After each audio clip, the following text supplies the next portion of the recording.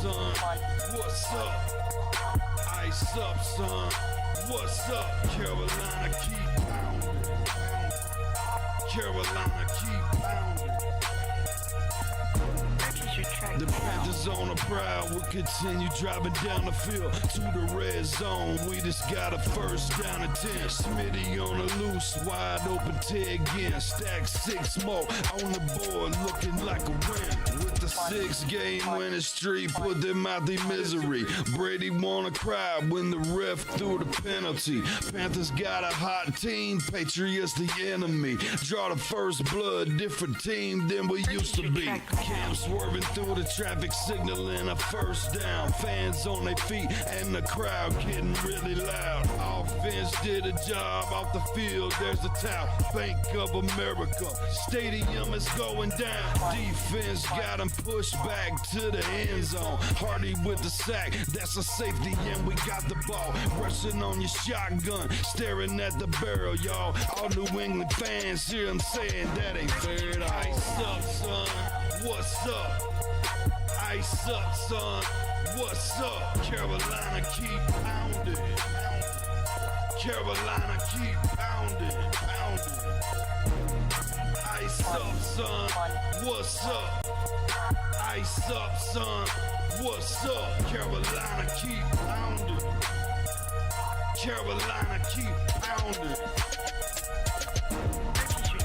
Better watch the linebacker, he can read you like a book. Run 40 yards just to tackle Luke. Got him shook, Tolbert like a tank. And D'Angelo with the fake. Stiff arm, out of bounds, 25 to game. Stewart back, healthy 3 lethal running backs. It's suicide, add the wide receivers, it's a rout. Secret weapon, make plays, Greg Olsen make it happen. Keep pounding on these haters, we ain't playing John Madden.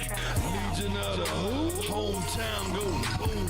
Force the fumbles, Panthers making sure the ball is loose. Jack move, Charles Johnson, yeah, he will come attack you. State of mind, mentally and physically, we pass you. Godfrey in the nickel back, and he making sure we're safe. Panthers on the prowl, we gon' come and elevate the state. Hard fought thriller, only 59 seconds left. Panther fans on the feet, heart beating out the chest. Ice up, son. What's up? Ice up, son. What's up? Carolina, keep pounding. Carolina, keep pounding. Ice up, son. What's up? Ice up, son. What's up? Carolina, keep pounding. Carolina, keep pounding. Ice up, son. What's up? Ice up, son. What's up? Carolina, keep pounding. Carolina, keep pounding. Ice up, son. What's up? Ice up, son. Carolina, keep pounding. Carolina, keep pounding.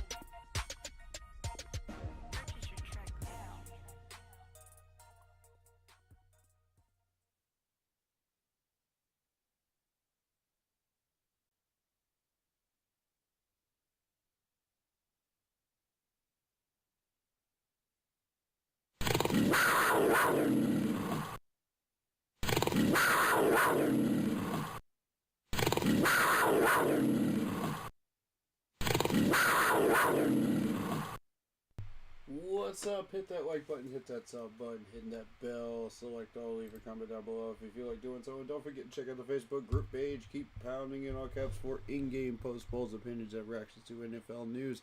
It's just a schedule for the channel and for the other sports app. Keep pounding Fantasy Football League. If you like the intro that you see on the screen, go check out the Facebook. Go check out Lindara Ty on Instagram using her last name first, Ty, T-A-I .Lindara, L-I-N-D-A-R-A, for in-game post polls, for videos, panels, etc. To upgrade your streaming experience as a streamer. And also go check out Monster Sub and Grub out in Spartanburg, South Carolina for a delicious sub on game day. Treat yourself with a delicious sub from Monster Sub and Grub. Tell them we sent you. They'll hook you up. Of course, you still got to pay for your own sub and your own drinks and stuff. Go check out Vinny's Pizza out in Duluth, Georgia, out in enemy territory, out in the Dirty Bird territory, for the best pizza ever that you will ever taste in the Southeast, in my opinion. You will probably hold the same opinion after you try it yourself. So go check it out if you're traveling through Duluth, Georgia. About 30 minutes outside of Atlanta. Can't miss it. Shout out to all the other streamers out there that are doing their thing. Blitzball Champ, you're about to hear in a minute. C3, P&P, Black Cat Panther Podcast, Pat Coltrane, all the other ones, go give them a like and a follow, as well as Tom Grossi, of course. And let's get this popping. We got first place Carolina Panthers in the NFC South. Hey, how we feeling? How we feeling about that? Get loud. Get loud. We got first place, baby. We beat them Bucks. Let's go. I'm about to get a blitz up in here. We're going to get this thing started. Hold on 1 minute. Let's do this, man. Let's do this. Let's do this. Let's do this. I'm feeling good. I'm feeling fired up.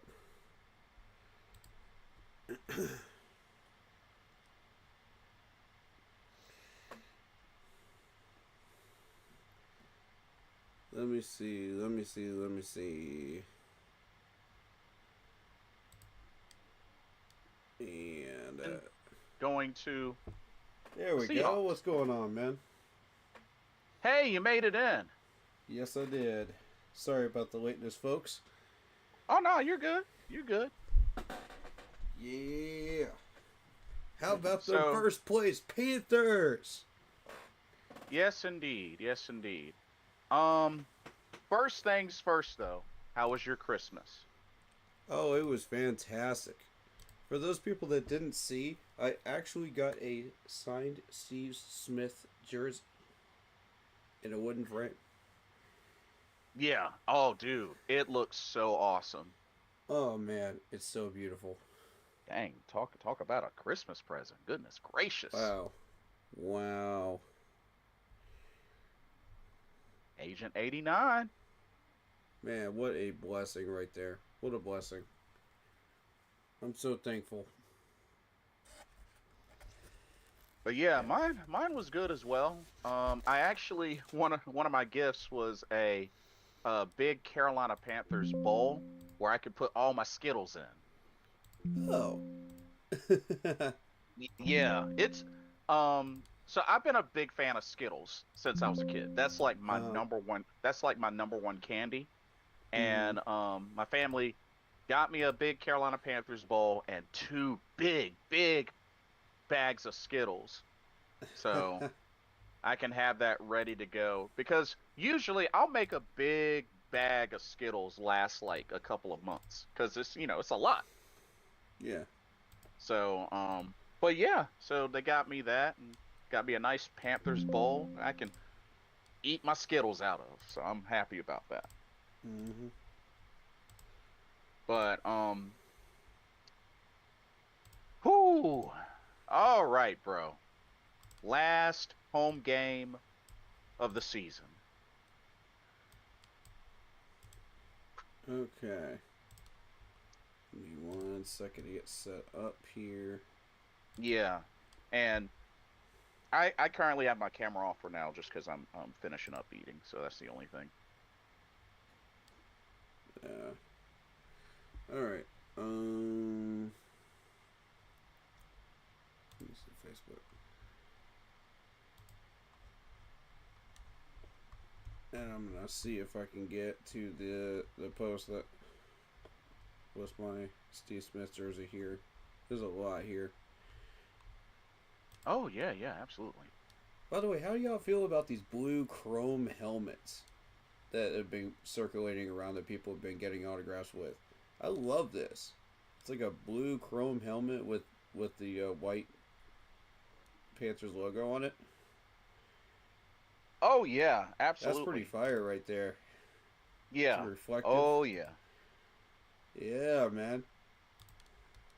That's pretty fire. I'd love to see that on a football Game field day? at some point. Yeah, that would be pretty neat. That would definitely be pretty neat. I love that. I love that. The crying Buccaneers in second place. Yeah, Yes. and That's beautiful. Absolutely beautiful. you know, you're gonna end up crying twice when they go up against us again.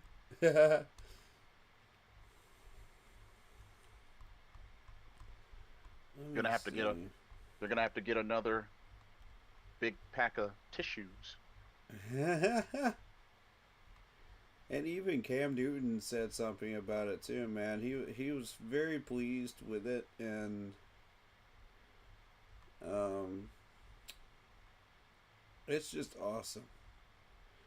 It was awesome all around, and it had that feeling of that 2015 Panthers game, you know, the whole day, and I was just absolutely in love with everything that went on that day.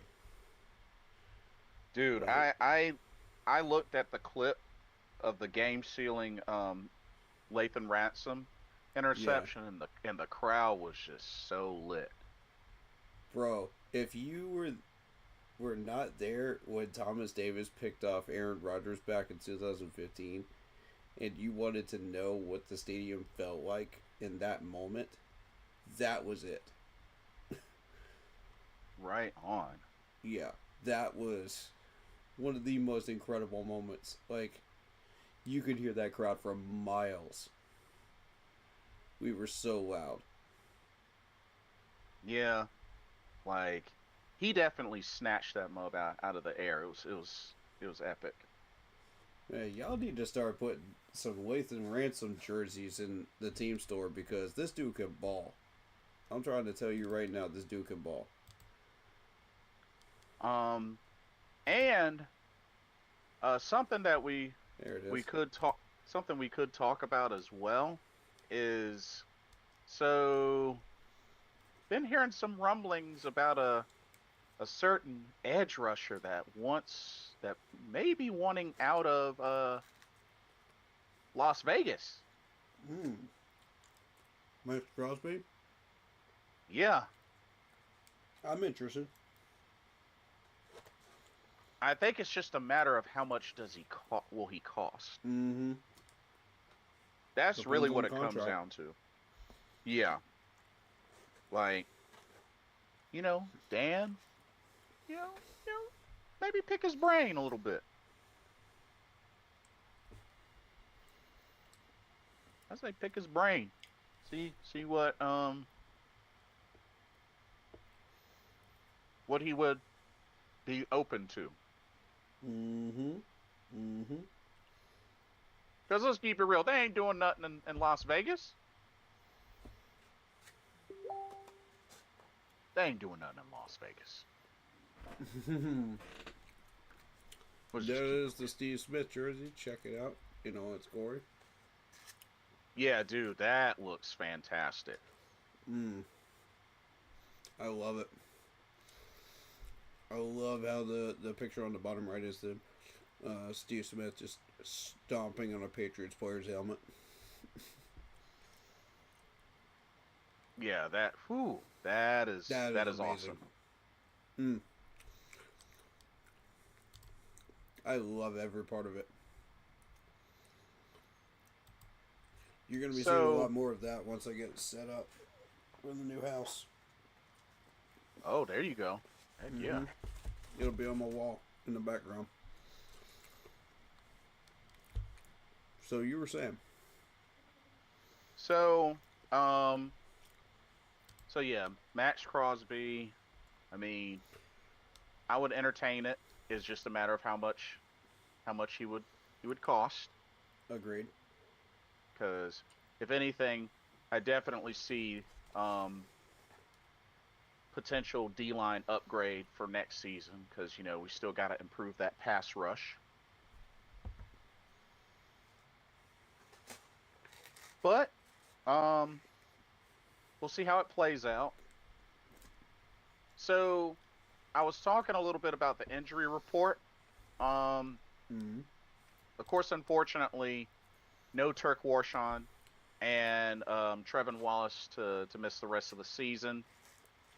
Mm. But uh, aside from that, some promising news from Robert Hunt. He's questionable, but he's been practicing. He's been working out.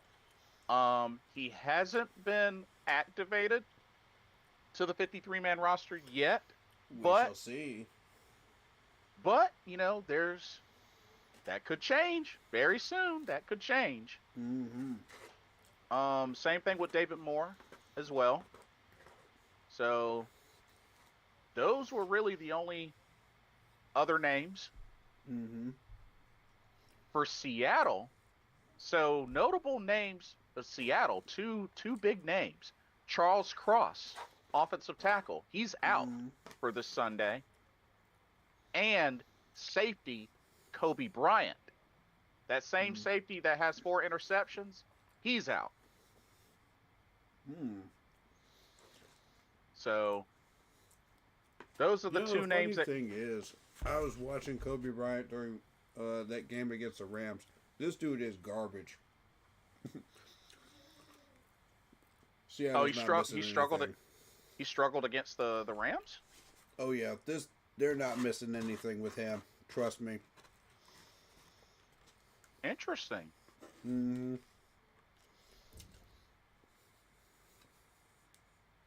So,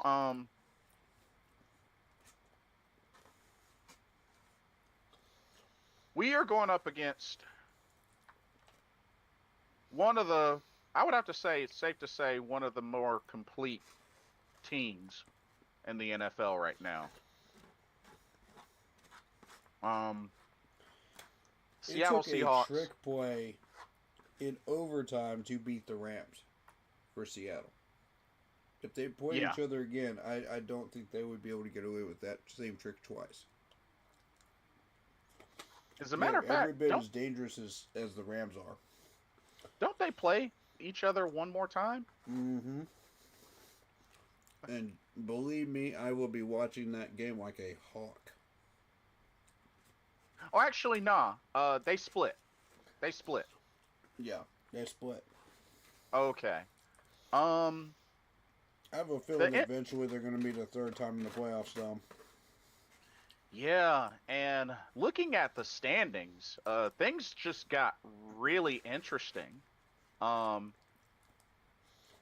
So AFC East, we know New England and Buffalo, they've clinched playoff spots, and they're pretty much battling for division. Mm-hmm. It still could go either way between Pittsburgh and Baltimore, but Baltimore, they need to finish strong. Uh, what a big comeback for Jacksonville. Jacksonville's been on fire lately. Yeah, punching a playoff spot into for them, which they haven't won the division yet because Houston could still, pull that off. But and Indy, despite them kind of struggling, Indianapolis is still in it. Yeah, once they got Philip Rivers out of retirement with his walker. Yeah. Of course, Denver and the LA Chargers have clinched. I got a feeling that I think either the Broncos or the Patriots are gonna clinch number 1 in the AFC, unless the Bills just have this last surge and they just finish strong and the others lose. But I think it's probably going to be either New England or Denver that gets that number 1 seed in the AFC. I see Denver getting it. You think Denver gets it? Unless they lose. Who do they have left? Denver, they have they just have the Chargers left. Ooh, that's enough though. You know Yeah. what? I'm giving number 1 seed to New England.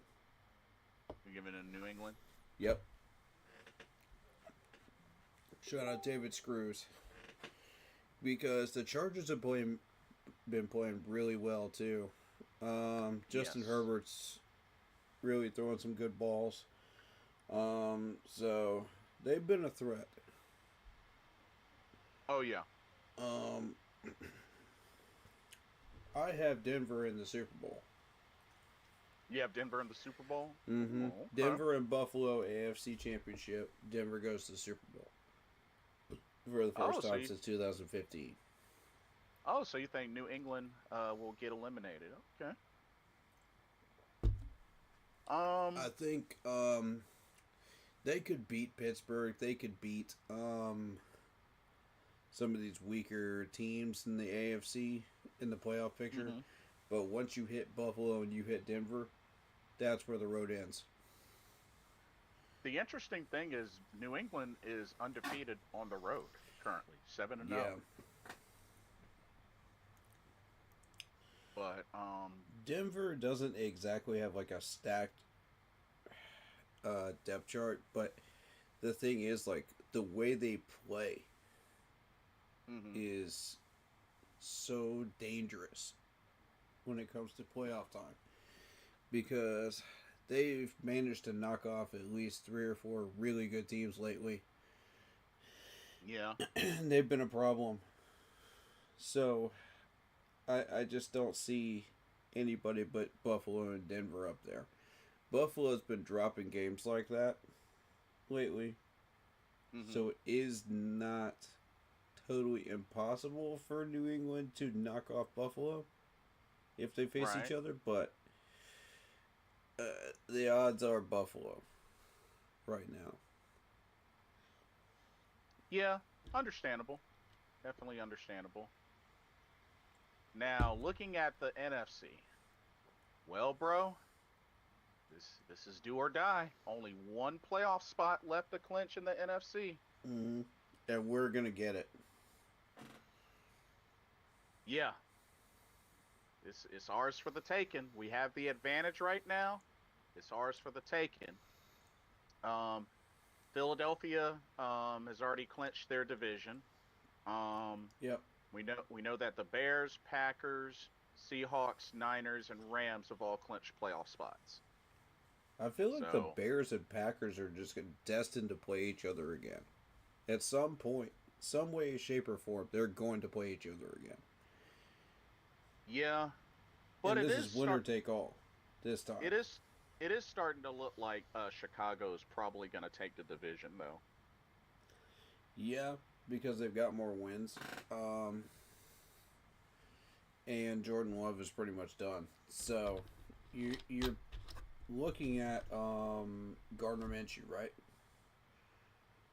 Or is that for Chiefs? the Packers? For the Packers, it's Malik Willis. Malik Willis. Okay, my bad. Mm-hmm. Right, so you're looking at Malik Willis with the Packers clinching a playoff spot versus the Bears. And I got to say, Bears win.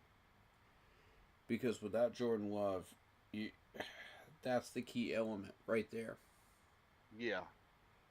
And normally I wouldn't say it's one player that makes up the difference between a game like that, but with these two being as even as they are, and Micah Parsons is done, yeah, that's 2 factors going in the Bears' direction. Because they could not get pressure on Malik at all. Now, the only thing that they can really hope for, because, Jordan Love is dealing with concussion, is that he'll be ready for the first playoff game. Mm-hmm. But it remains to be seen. It's not a guarantee, because you know how it is. Concussions are no joke. Right. It's been back and forth with this matchup because like both of them are like dead even in every area, except for the fact Yeah. that Micah Parsons is out, and now Jordan Love is out. That's a double whammy on the Packers. Bears win. Mhm. Now, Now, can they get past it? The West Coast? No. now it is still a tight battle for number one in the NFC, which Seattle Mm, has it for mm, now. Hopefully, we can put a dent in that. mm, But I mean, because like I said, Seattle right now looks like a very complete football team, yeah. and you know the ESPN matchup predictor has 67.7% to the Seahawks, 32% to Carolina. Um, Mm-hmm. I mean, not surprised there. I mean, Seattle Right. is the better team for Mm-hmm. obvious reasons. Yep. Um, the thing is, so historically, Carolina has not had the greatest luck with Seattle. They're 5-11 all time against Seattle. We had Um, some battles back in 14 and 15 with them. yeah. Thankfully, when Carolina has beat Seattle, they've, made it look very memorable and impressive. I will say that. Mm-hmm. Um, and despite Andy Dalton, the last time we played them, him putting up a good game, they still lost 37-27 in 2023, which was in Seattle, which, Yep. you know, it's difficult to play in Seattle. I mean, we Yep. all know that. Mm-hmm. Um, Now, another thing, huh, Sam Darnold returning to Bank of America. And, he's kind of bounced around a bit. After Mm-hmm. Carolina, he backed up Brock Purdy with the Niners and then going to the Vikings, having his first taste of the playoffs. And then with the Seattle, I mean, he's turned up the heat with Seattle, which I mean, has earned him a multi-year deal with Seattle. Mm-hmm. Yep. Not to mention Sam Darnold is fifth in the league in passing yards with 3,703 passing yards 24 and touchdowns, 13 picks. Mm-hmm. and a completion percentage of 67.2. 285 out of 424. Yeah. So, as crazy as this sounds, Sam Darnold is kind of in the running for MVP, as crazy as that sounds. Mm-hmm. Mm-hmm. Now, do I think he'll get it? No. But I mean, he's in the running. I'll at least say that. Now, who? Darnold has some of the best weapons that he's ever had in his career with Seattle. Yeah, that's very true. And the big monster weapon that he has that right now has been putting up Jerry Rice like numbers is Jackson Smith Jigba. Enigma. Yeah, this dude has Nigma. found the end zone at least once a game. He's a very, very dangerous wide receiver. Y'all, We y'all, really need to watch out for matchups with him. yeah. Um, this man is at the top of the league in receiving yardage with 1,637 yards. Oof. Yeah, this dude has been going crazy. And here's the thing. Here's the thing about this guy. This dude averages 15 yards a catch and he averages 109.1 yards a game. A game. Yep. Mm-hmm. This dude averages a first down per catch and he averages over 100 yards per game. That's scary. Look at these averages in the last 5 games. You're talking about 20.9 against the Titans, 16.1 against the Colts, 13.1 against the Falcons, 11.5 against the Vikings, and 12.0 against the Rams. Yes, folks, 12.0 against the Rams. Yeah. You saw that right. I'm going to go ahead and say this now. I don't want Mike Jack anywhere near him. Agreed. I will take my chances on Mike Jack on Cooper Kupp. Yeah. But ain't no way you put Mike Jack on Jackson. And I'll follow that up with we need proper safety help behind Mike Jack when you're doing with Cooper Kupp, because Cooper Kupp is just as dangerous. This dude is a nasty wide receiver. Yeah. And if you leave him in single high, he will burn the ever-loving heck out of Mike Jack. It's going to be bad. A gyro? Dude, this is I'm not... warning you right now. Don't do it. Do not put Nick Scott back up there. This ain't the game you want to do a whole lot of crazy zone with. Like, we've talked about this, Ajaro. Come on, man. Like, at some point, the light bulb has got to come on. You've got to realize you can't keep doing this. Don't be no fool. They were literally targeting Mike Jack in the fourth quarter of that Buccaneers game. You could see it. Yep. Even the announcers pointed it out. And I was just like, really? When the Fox announcers have to point that out, that's when you know you're screwing up. Come on, Ajaro. How many times are we going to do this, bro? How many times before you figure it out? Because he burned you for a good 20 yards in a zone defense, single eye. You know, I'm sitting in the stands just going, are you serious? And I made it known from my section. You could hear me say, Gyro, take Nick Scott out of single high. You dummy. I said it a lot less family friendly, of course, but you could hear me. Yeah. If you were in those stands. But it's like, you know, they better get right. They better get right. The only place that he should be in is in run defense packages. That's what he does. Stop misusing this man.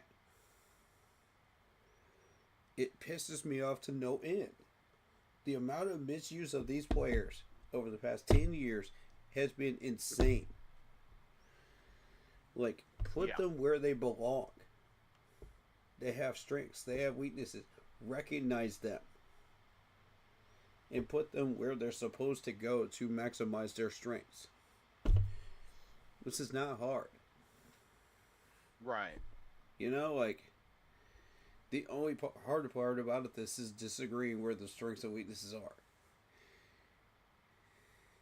And it says a lot about you, you know, as far as knowledge of the game. Depending on where you put them. Oh, did I also mention that Jackson Smith has converted 71 first downs? Oof. God. I'm not looking forward to this. Ooh, man. Oh, I mean, boy. All I know is if a gyro puts Mike Jack on him, I'm a pitch an ever-loving fit. Yep. Oh, you're going to hear a few things on stream, for sure, from me, because, like, I will go on a 30-minute rant just about that. Because I'm just done with it. Like, you've had all year to fix this problem, and you're not doing it. Like, really? And the light bulb just still has not come on. We're at week 17, bro. 17. Yeah. And not only that, we got to be keen on stopping the run because Seattle has a 1-2 punch on the running game with Kenneth Walker III and Zach Charbonnet. When did Damari Mathis end up on IR? I don't remember him ending up on IR. I'm not too sure. Yeah, I'm not too sure. Huh. I just saw that in the Panthers depth chart. It was weird. But the crazy thing is Kenneth Walker III, 190 carries, 879 yards, 5 touchdowns. Zach Charbonnet, 149 carries, 546 yards, 9 touchdowns. Yeah. Yeah, we have our hands full here. They got a 1-2 combo on the ground.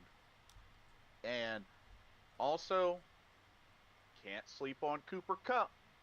The dude, he might have 44 catches, 558 yards and 2 touchdowns, but it's still Cooper Kupp. So that tight end AJ Barner, 47 catches, 462 yards, 5 touchdowns. Rashid Shaheed, a notable name. He might not have a lot of stats, only 13 catches, 178 yards, but don't sleep on Rashid Shaheed. That dude is a speedster. Oh, absolutely. Very dangerous wide receiver. He came from at New one Orleans. point he was a number 1 wide receiver for New Orleans. Yeah. And see, right now for the season, he has 57 catches, 677 yards, 2 touchdowns, because, he came over from the Saints. But now you throw him into that lightning offense that Seattle has. Woo-wee. So getting to Cooper Kupp, you're looking at during 2021, this dude had 1,947 yards. Yes, you read that right. 1,947 yards. And 16 touchdowns. On 145 catches. With the Rams. Which he has a Super Bowl with. This dude is terrifying on a field, and he is not slowed down at all. He put up 700 plus yards 2023, 700 plus yards 2024, and now he's up to 558 this year. He's going to be just below the mark, but he's still very, very dangerous. Yeah. I mean, his prime was with the Rams. Let's keep it real, but if you think that dude has lost any of his step, he has not. Nope. Even at 32, he still can get it done. Now, we mentioned Jackson Smith-Njigba. Let's look at those numbers. 104 catches, 1,637 yards, 15.74 average, 10 touchdowns. Just for this year alone. Yeah. Dude is dangerous. He went 100 yards plus in about half a dozen games, at least. Yeah. Not to mention, y'all, this is only his 3rd year. This is 3rd year. He's pretty much averaging a touchdown a game. Look at this. That is just wild. That is wild. Yeah. Wow. I think I had him in a couple of my parlays, as a matter of fact. But yeah. He is definitely entering his prime. Last year he had 1,130 yards, 6 touchdowns. This year he has eclipsed that. Yep. And and the thing that's crazy is a lot of people want to, just bask at the idea that wow, it's Sam Darnold that's throwing to him. Still, like we got to remember this ain't the same Sam Darnold that we once had that was under really trash play calling and such. Mm-hmm. Sam Darnold is in a spot that has some weapons and has great play calling. Can I So, direct everyone's attention to the fact that he had 3 fumbles this year, though, and lost one of them? Pay attention to that. So if anybody wants to peanut punch the ball out on him, go for it. yeah. Let's see where he is. Where's my man? Shaheed, yeah. I've been watching this dude for quite a while. 57 Oh catches, yeah. 677 yards, 11.88 average, 2 touchdowns.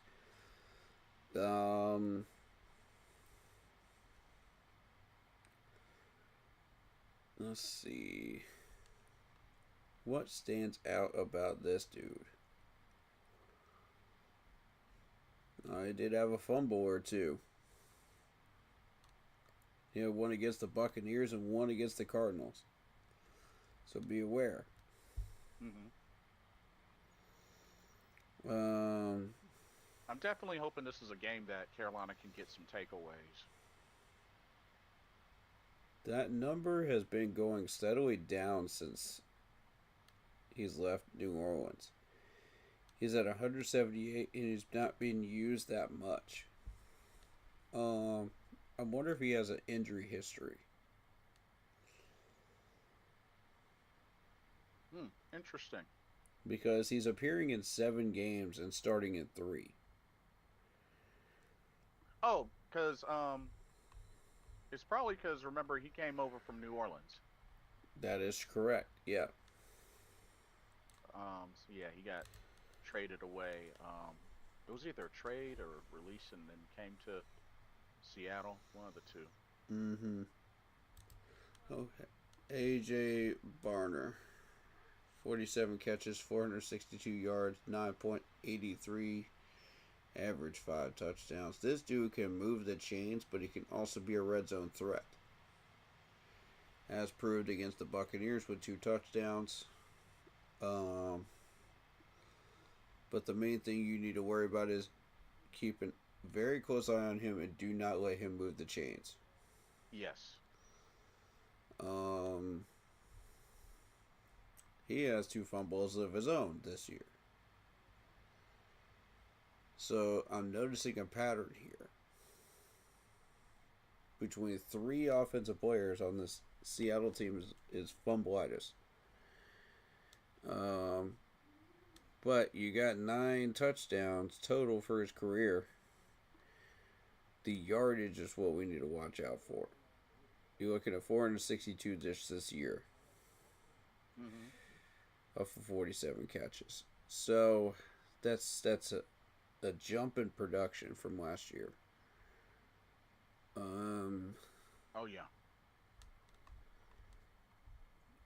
Yeah, I think that's somebody we really need to keep an eye on him and know where he is at all times. Mainly with the running game, you're looking at Zach. Zach is a 6'1", 214 running back, 3 years in the league from UCLA. 149 carries, 546 yards, 3.66 average. But what stands out is the 9 touchdowns.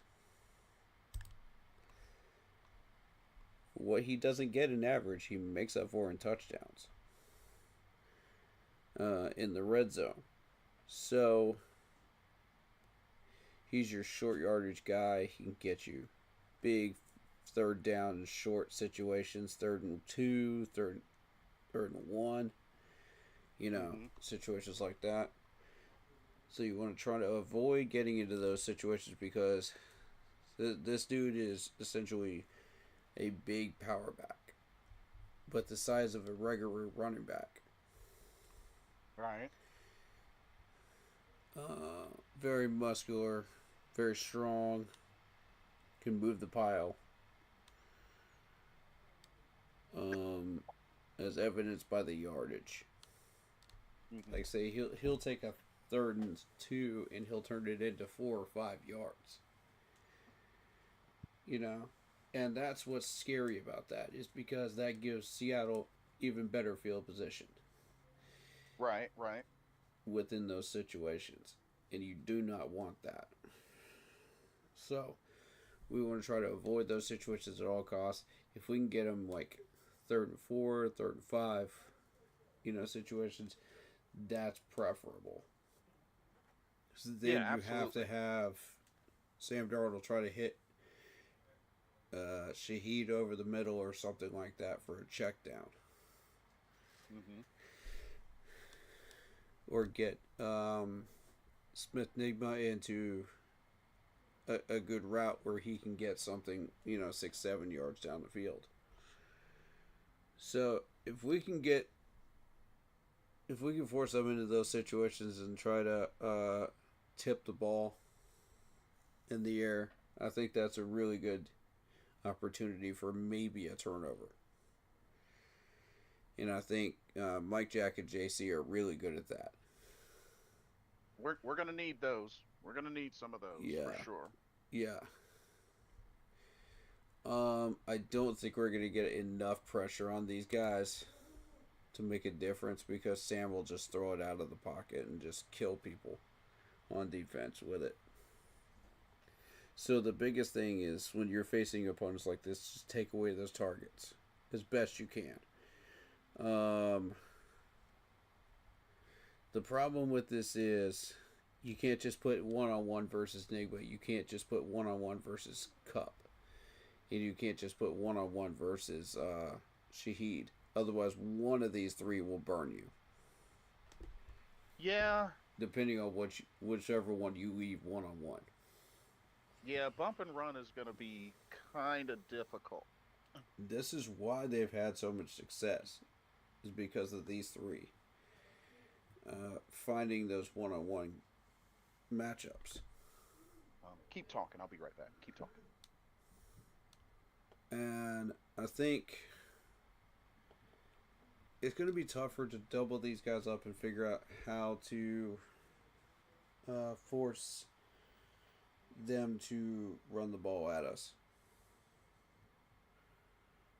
So I think they're going to come out of the gate with a balanced attack, mostly.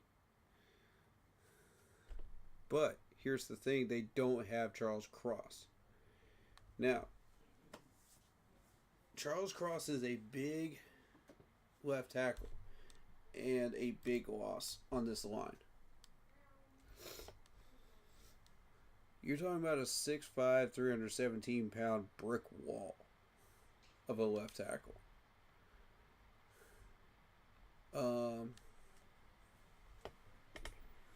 He's made a major impact since the 22 draft.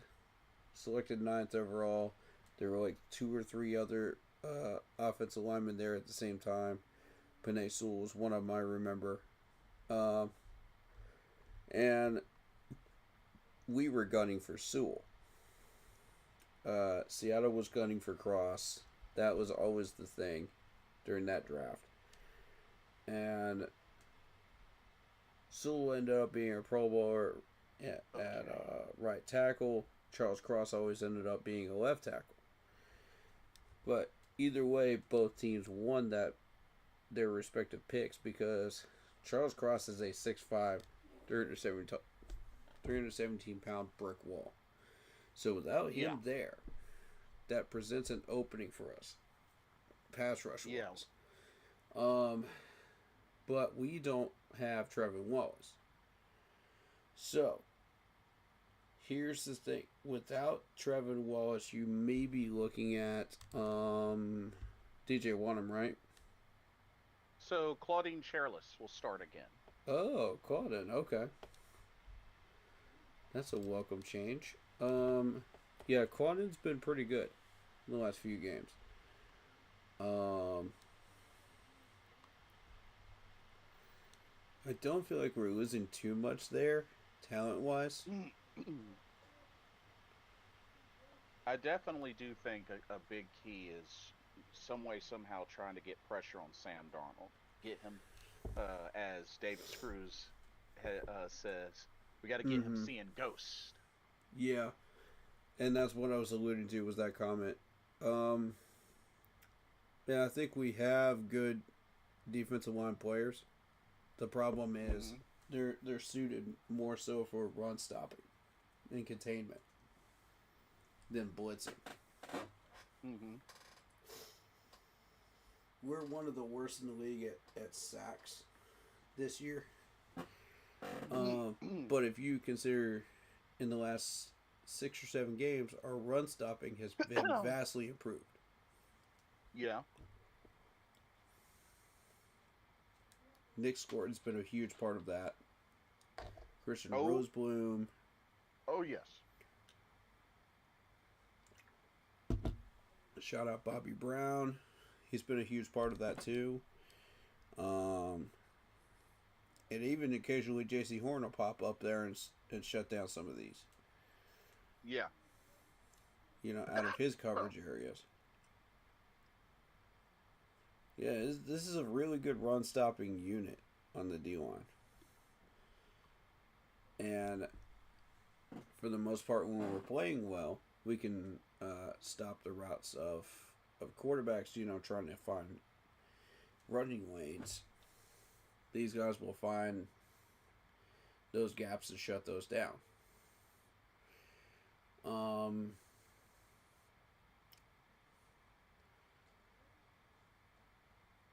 This is going to be a tricky situation here because of the lack of a pass rush.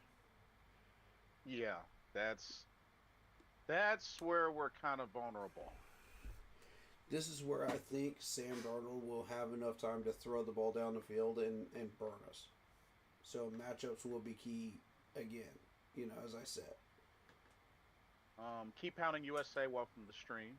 Says what's up, Blitz, and keep pounding. Yeah. David says, keep pounding. This is the way I look at playoffs. Once you're in, everybody is 0 wins, fresh start. But once you get beat, you're out. Yeah, that's the playoffs. Winner go home. And I feel like we're going to have that matchup against the Niners again, finally. Rematch in rivalry. Because they were one of the major problems back then, so was Seattle. We had some battles with the West Coast. Oh, man, did we ever have some battles with the West Coast. And now that's starting back up again, and I'm so excited. Because that shows me that this team is evolving, to that point again. To where we have enough talent to do this again. And like I said, we're on target. We have about 2 years out from being fully decked out. If we stay on schedule. You had mentioned Rashid Shaheed. Mm-hmm. So, special teams, be aware. Because this is also somebody that averages 29.5 yards a kickoff return, which is 7th in the league. And he actually had a kickoff return touchdown against the Falcons week 14. And he took a punt back 47 yards in the Rams game for a score. Yep. So. Yep, I remember that. So special teams, y'all gotta tighten up. Y'all gotta tighten up. And also, the Seattle Seahawks defense is ranked 8th in the league. Oof. Holding teams to an average of 302.9 yards per game. That D-line. Oh, Leonard Williams, DeMarcus Lawrence, both have a combined 12 sacks and 19 tackles for loss. Yeah. Not only that, don't forget about Byron Murphy the second. Yes. Mm-hmm. And then the secondary. Can we talk about Ernest Jones, man? Ernest Jones has been having a heck of a season. Yeah. Oh, at linebacker? Yes. Yeah, Monster he's got 5 season. picks. He's got 5 picks. Imawari, all have 11 passes defended. Yep. And Nick Imawari was that safety from Florida State. No, from South Carolina. My bad. South Carolina. Yeah. Yeah, South Carolina. The rookie, 6'3", 220. And I figure, okay, this dude gets picked up by Seattle. He's going to have a heck of a rookie contract. Yeah. Once he gets settled into that defense. 49 solo tackles, 2.5 sacks, 1 pick already. And he's just getting started. But here's what I want you to focus on is the pass deflections. This dude had 4 against the Cardinals. 4. I mean, granted, this was a trash Cardinals team, but he had 2 against the Colts, 2 against the Texans. Both playoff teams. And 1 against the Rams. Also a playoff team. So if you consider this is 4, 5 picks against playoff teams already. Oof. Keep pounding USA. I guess try it again. You know, try changing the name again. Maybe it'll work this time. But yeah, like 5 pass deflections out of his 11 against playoff teams. And he got 1 of those sacks against the Colts. This is a dude that's very, very dangerous. 2nd rounder. Yeah. Let's see. Let's see about Ernest Jones. Ernest Jones, 5 years in the league. South Carolina, another Gamecock right here. You know, I've noticed the most successful defensive players are Gamecocks right now. Yeah. If you look around the league. And that's really, really awesome for our state of South Carolina down here. You know, we're producing some really, really talented players. At wide receiver, you know, we've got a handful of really good wide receivers from Clemson. You know, so South Carolina is really representing as a state in both areas. Mm-hmm. And I'm very pleased with that. 6'2", 230 pounds. 55 solo tackles, 5 picks. Let's see what stands out for his career so far. He had a combined 145 tackles in 2023. 4.5 sacks, 6 pass deflections that year. And he's starting to match that again. Dang, this year. year. Has 16 total interceptions. Goodness gracious. Yeah. Watch where you throw the ball, Bryce. Seriously. This might be the team that breaks his record of non-pick games. Oh, there you go. There you go. Keep pounding USA. It worked. Good stuff. Good stuff. Cool. He also says, I know it's a tough task, but hopefully the Dolphins win. I wouldn't bet on it, but you never know. Yeah. Weirder things have happened in the NFL this year. Yeah. So it's not impossible, that's for sure. Keep in mind he already has a career high 7 pass deflections. Ernest Jones. This year. Ernest Jones. Mm-hmm. Surpassing his 6 from 2023. Oh man. That's not good. Let's talk about Leonard Williams. big 6'5", 310-pound guy, Southern Cal, 11 years in the league now. Very much well established. Dang, him and Byron Murphy got 7 sacks. Jeez. Yep, 32 combined tackles on top of that. Goodness gracious. We were talking about a sack a game, if not a half a sack a game, average for Leonard. So, dude, we got to deal with defensive ends on opposite sides with Williams and Lawrence. Ooh. A pass deflection a game, average. He's got about 15 for the year. But really, his strength is in pass rush and sealing up the gaps. 634 total tackles so far. O-line has to really be on their A game this Sunday. But what I want you to focus on is the fact that he has 6 fumbles for his career. But as of the last fumbles? 4, yes. As of the last 4 years, none. Isn't that curious? Yeah. So whatever Seattle did, they fixed that problem. That's wild. Marcus Lawrence. 6'3", 254. Yep, which that's a veteran. Yep. 20 solo tackles, 5 sacks, 2 forced fumbles. As of this year.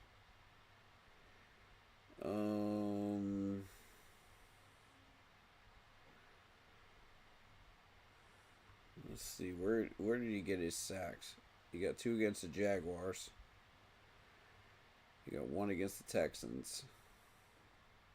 1 against the Vikings, half a sack against the Cards, half a sack against the Commanders.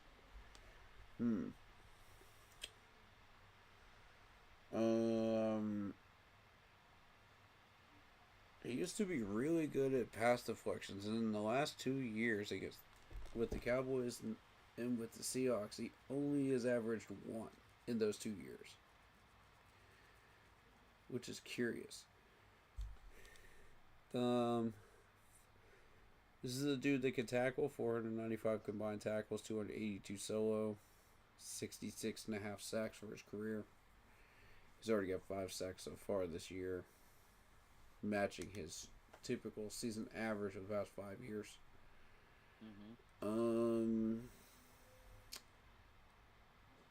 No picks so far. But what I want to call your attention to is the forced fumbles column. 23 for his career. Jeez. Averaging at least 1 or 2 a year. Bare minimum. And this is only his second team of his career. At his peak, he had 4 in 2017 and in 2020. Something to watch out for. Ernest Capu, welcome to the stream. He says 30 to 27 Panthers. Bro, I don't see us putting 30 on this team. I don't see it. This is going to be a very much shorter score if we play our best game. Yeah. I will be shocked if Carolina puts 30 up on Seattle. I'll be very shocked. Okay, there's 2 different scenarios that we're looking at with this game. One of them has Dave Canales stealing the playbook from Bryce Young, which is the most likely, to where we only get about 7 points against a very, very dangerous Seattle team. And we get blown out 30 to 7. Let's be generous, you know.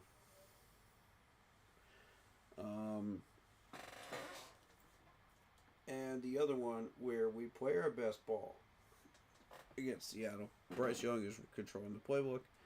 We play well. It's still looking like 21-17 Seattle.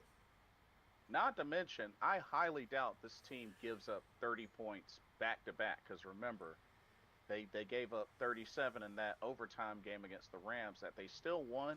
But I highly doubt Seattle gives up 2 back to back 30-point games. I doubt it. No. I highly doubt it. Plus, they needed a trick play to win that game in overtime.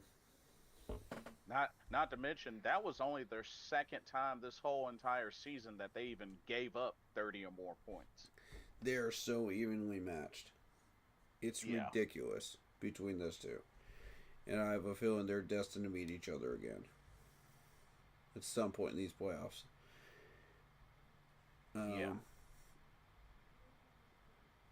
You're doing with did we cover Byron Murphy fully? No. Okay, Byron Murphy. So 2 years in the league, 6 foot even, 306 pounds. Defensive tackle. 19 solo tackles, but 7 sacks. Yes, folks, you read that right. 7 sacks. This dude is a major problem in the backfield. 2 against the Jaguars. 1 against the Vikings. 1 against the Saints. 1.5 against the Steelers.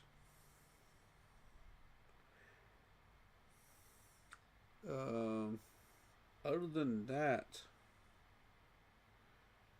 he's got 93 combined tackles, but solo tackles 27. So if you run the ball at this dude, you should be successful. But if you let him into the backfield on a blitz, you're cooked. Because he's going to make your quarterback run around like a freaking spring chicken. So,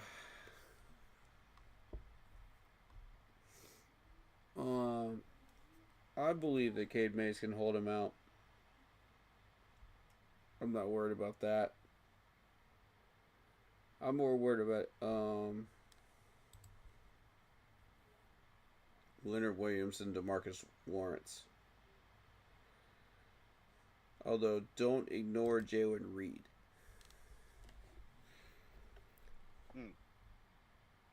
Jalen Reed will come in, and he's a 6'3", 315-pound guy from Alabama. 9 solo tackles and a sack and a half. Now, under the surface, he doesn't look that dangerous, but when you look at his career numbers, we're looking at a guy that's got 11 pass deflections in his career. You're looking at a guy that's got 8 forced fumbles. 8 career. 1 a year. Pay attention, and he does not have one for this year yet. He's due. Do not become that team that he gets that one against.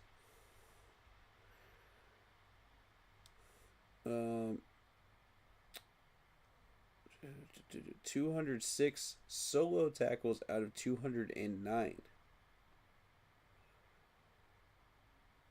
Assists. Yeah, that's assists. My bad. But it's 415 total. My bad. No, you're good.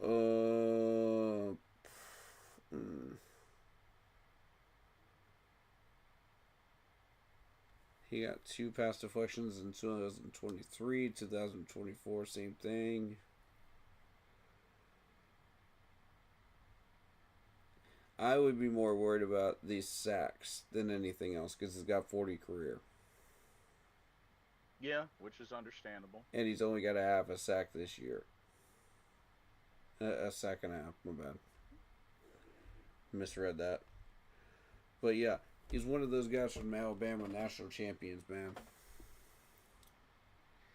Under Nick Saban's crew. Back 10 years ago, man. Yep. The early Saban people. We was just starting to build that dynasty and starting to really stretch out with it. Mm-hmm.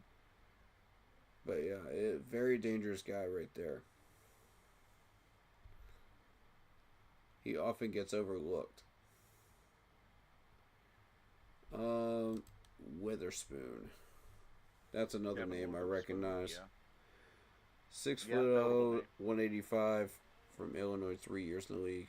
42 solo tackles, 1 pick, and a half a sack. Kind of having a slow year compared to usual. But his tackling typically gets up to 98 tackles, 79 tackles first year. So, I mean, he's a tackle machine, that's for sure. He had 16 pass deflections in his rookie year. Yeah, 16. That's a lot. Mm-hmm. That's a lot. You're reading that correctly. Do not underestimate this dude, or you will get cooked. He had a forced fumble first 2 years. Still doesn't have one this year, so be aware of that. He's due for that.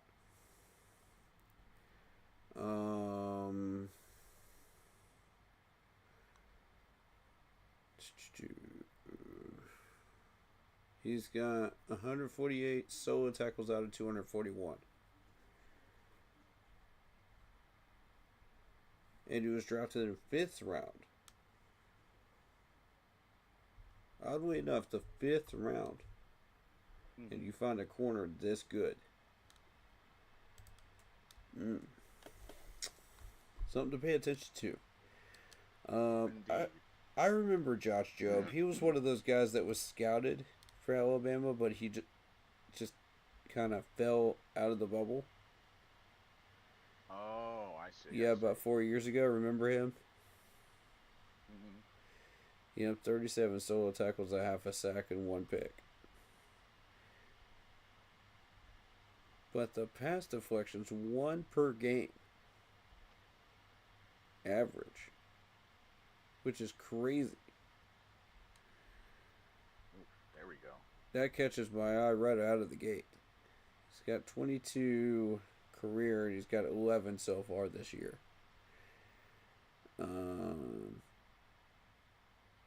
85 solo tackles out of 112 career. 2 picks, 1 per year in the last 2 years.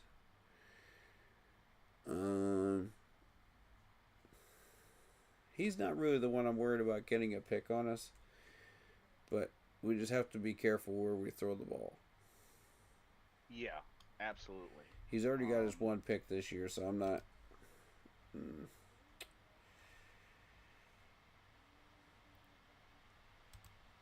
are you? Nwosu?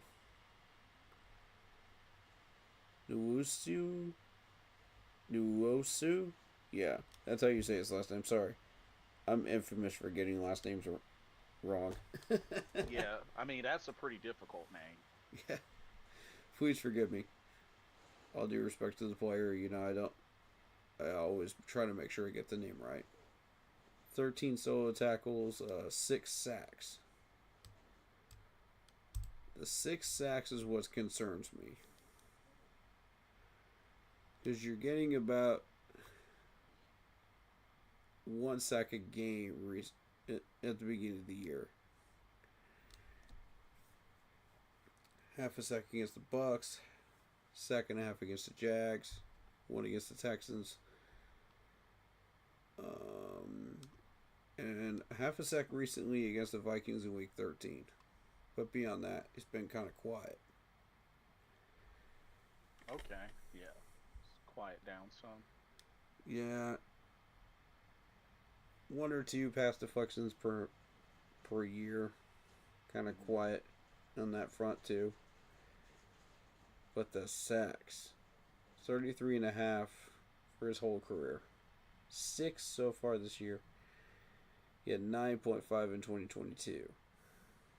Was his career highlight. Oh. So you're looking at 141 solo tackles out of 259. Pretty good solo tackler. But here's what I want you to focus on. 8 forced fumbles. Are you starting to see a pattern, ladies and gentlemen? The last 2 years, none. He's due. Pay attention. Be aware on that one. Yeah. For reals. We do not want to be the one that he gets his one against this year. Who else do I recognize on this defense? Pritchett. I recognize Pritchett's name, but I don't know much about him. I don't think he's that much of a threat.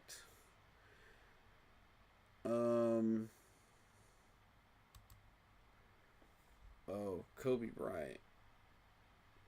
Yeah, which he'll be out this game.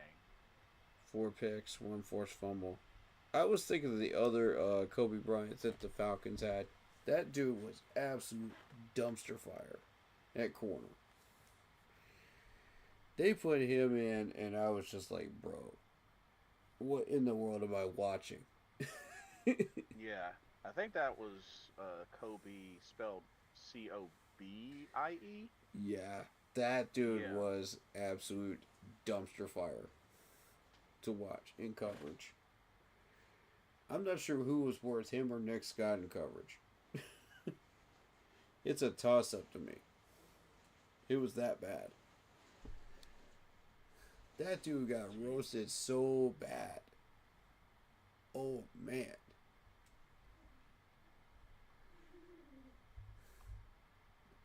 But, this is a different one, though. This is spelled Coby.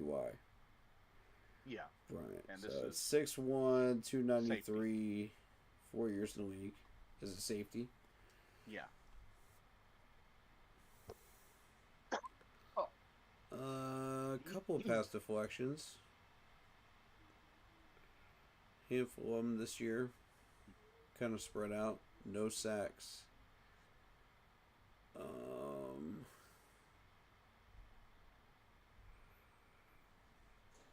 Let's see. What am I looking for here? 138 solo tackles out of 227. 2 career sacks. 17 pass deflections. I mean, this dude's a career backup. Realistically, he comes in. He's a solid number 3 guy, but or a number 2 guy, but I mean, once Nick Imawari gets settled in and gets his game going, he'll take Kobe Bryant's spot. I have that feeling. Who is Ty Okada? I don't know this guy's name. Ty Okada. 5'11", 193, 1 year in the league. Where was he drafted? I don't remember. No, he was signed to a practice squad. Okay. Yeah, he never was drafted. It looks That's like he's why. gonna be starting. 6 pass deflections this year. Other than that, nothing really to write home about other than the fact that he can tackle well. And that sack and a half that he's got. He's got 1 pick. Yeah, it's not too exciting to look at as far as him. 2 pass deflections against the Buccaneers.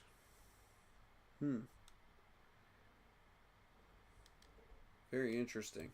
Okay.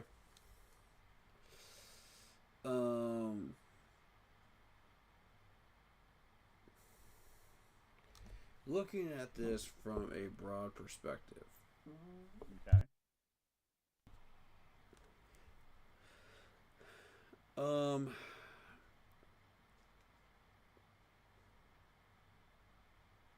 where are they ranked on rush defense? Rush defense. Mm-hmm. Let's see. Cause I'm kind of seeing something with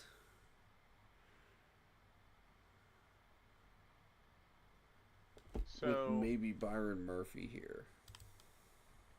so they are second in points allowed, with Mm-hmm. 18.6 per game. Um, they are ranked fourth in rush and run defense, only allowing about 3.8 yards a carry. Mm. They are tied for sixth in takeaways with 18. Um, they are first in yards allowed per pass attempt in 6.1. They are second in yards allowed per play with 4.55. They're fourth in yards allowed per game and 283 yards per game. They are also fourth in the league in sacks with 40. Mm. Yeah. I was kind of Um, looking at Leonard Williams here as an opening for our run game. If we get Robert Hunt back, I think there's an opportunity to run the ball on the left side. yeah. He's listed as questionable. I just don't know if they will activate him between now and Sunday. If he's healthy enough to go, we're going to need that big, uh, muscular guy up there, opening the gaps and making the proper shifts. Yeah. Um, because don't get me wrong, who we have up there is good, but when you're facing a D line like that, you've got to have everybody all hands on deck as far as your Yeah. starters. Yeah. Otherwise, you're not going to be able to move the ball very far. You're going to be forced into a lot of passing situations and throwing the ball where you don't want to throw it. Right. Because the We coverage is also going to force you to do that. we And they're also have banking Icky on back. that. We have Icky back as well. Um. Oh, and shout out to Rico Dowdle, surpassing 1,000 yards. Mm-hmm. Um. Congrats Shout to out to Rico. shout out to J.C. Horn on getting his second Pro Bowl. So, um, but yeah, like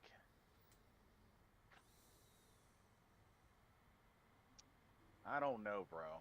I just there's a lot of factors that have to work out well for Carolina in order for them to win this game. Mm-hmm. Agreed. And okay, I'll say this. I'll say this. I know a lot of fans. Yes, we've beat some number one teams in the NFC this year, especially with names like Green Bay, um, the LA Rams. So this is definitely not impossible. Mm-hmm. But we have to also keep in mind that those two games, Carolina won only by 3 points, and True. that Rams game, they gave up a lot of points. I mean, they gave up 28 points in that game. Um, didn't give up as much in the Packers game, but it was still a very close game. I mean, 16-13. It was only 3-point win, and we won on a game-winning field goal. So I'll say this. I think the Rams game was just as much skill as it was luck. yeah, And I think oh if yeah, we were to battle the Rams again, out of 10 times, the Rams would win 7 out of those 10 times. yeah, Even playing as well as we were. That's just how talented the Rams were. And right, so now we have a measuring stick as far as Seattle because they're evenly matched. So we need to get lucky, and we need to also put our best foot forward if we want to try to win this thing. Yeah. And If we don't, then if we feel like we can safely drop this game and just go into Tampa and win against Tampa, then we should play our backups and see who we have. Yeah. And fans have to also keep in mind we've only obliterated one team this whole season, which was Atlanta. And, even though Carolina scored the same amount of points that they did the second time as they did the first time, second time around, Atlanta came back and scored 27. So, Mm-hmm. like, and of course this was the game that Bryce Young had the record breaking 448. Mm-hmm. But like I said, I know that the optimism is real, and Mm-hmm. definitely that's good, very very good. But I don't see, number one, I don't see Carolina obliterating this team. Like, we No, might as well just get that no, thought out of our minds if anybody has that thought. that's not happening at all. Secondly, the only way I see Carolina having a chance, they're going to have to get some takeaways this game. This Mm-hmm. cannot be a takeaway free game for the Carolina Panthers defense. They need to get takeaways in this game. Mm-hmm. Like, this Seattle offense is too good to Mm-hmm. to afford to not get some sort of pressure to cause some turnovers. Like, Carolina really needs it. Also, they're going to have to be really aggressive with the play calling. This is not a team to play conservative against. Agreed. Like, Dave, are there's you a hearing me? there is a Stop taking the reason. playbook out of Bryce's hands if you want to win this game. Yeah, there's a reason why this team is eighth in defense. They're a top 10 defense. Not to mention some of those numbers, some of those rankings that I read are scary. Second Mm-hmm. in points allowed, fourth in sacks, second or first in yards allowed per pass attempt. Yeah. All right, if y'all want to live and die by checkdowns, go right ahead, but This is not the game for that. this is not the game for that. You either go in guns ablaze or you go in half-hearted and play some rookies and people that you're trying to figure out talent evaluation on, whether you want to keep them or cut them. Yeah, and with this having a run defense ranked fourth, all right, Canales, if you want to be run first and be stuck on the run the whole entire game, they're gonna make you pay for it. One thing is the weather is going to be rainy, so we do Yeah. excel with the run game in the rain. Especially if Robert Hunt is back and healthy, then yes, we're going to be running the ball a good chunk of the time, probably 60-40, which Hmm. is understandable. You have to adapt to your opponents and the weather, you know, so in your environment. So I'm not going to be upset with that if we do run it 60-40% of the time, but you got to make these passes count. Um, and I'll get on Excel in a second here because, like, I got something to say about that one. Um, Yeah, there have been a lot of talks towards XL. um, but the fact of the matter is, yeah, if we do run a 60-40 run game in this game, don't be alarmed. That doesn't necessarily mean that that's Dave Canales' offense. Hmm. You know, it could be Bryce. Just saying, okay, I'm adapting to the environment. But I'm still hitting deep passes. I'm still trying for deep passes. Don't be alarmed if that should happen. Yeah. Um, but the way you'll know is if Bryce starts taking deep shots. If he does not take any deep shots during this game, then you'll know it's not him running the offense. So my concern is that Dave Canales is going to play too soft here and decide, okay, yeah, I'm going to take control of this playbook, blah, blah, blah, blah, blah, and then he's going to keep all the starters in for the entire game, which is going to really piss me off because we're trying to figure out talent. We need to understand what we're doing with. If we're going to be down 21-0 to the Seattle Seahawks, then I want talent out there to be evaluated. Period. If that's the way we're going to play it, I want talent out there. You cannot keep all these starters out there knowing you have one more shot at the playoffs with Tampa next week. And you're going to go all in on that game. That's not it. Because we don't want to risk these starters. Well, one wrong move. If we lose Bryce Young, we're done. Yeah. If we lose Tedero McMillan, we're done. This is how dangerous and risky this is. Dave, I'm telling you right now, be smart with this. Either go all in or put people in to evaluate. One of the two. You cannot do both. This is not a situation where you can do both. So, overall,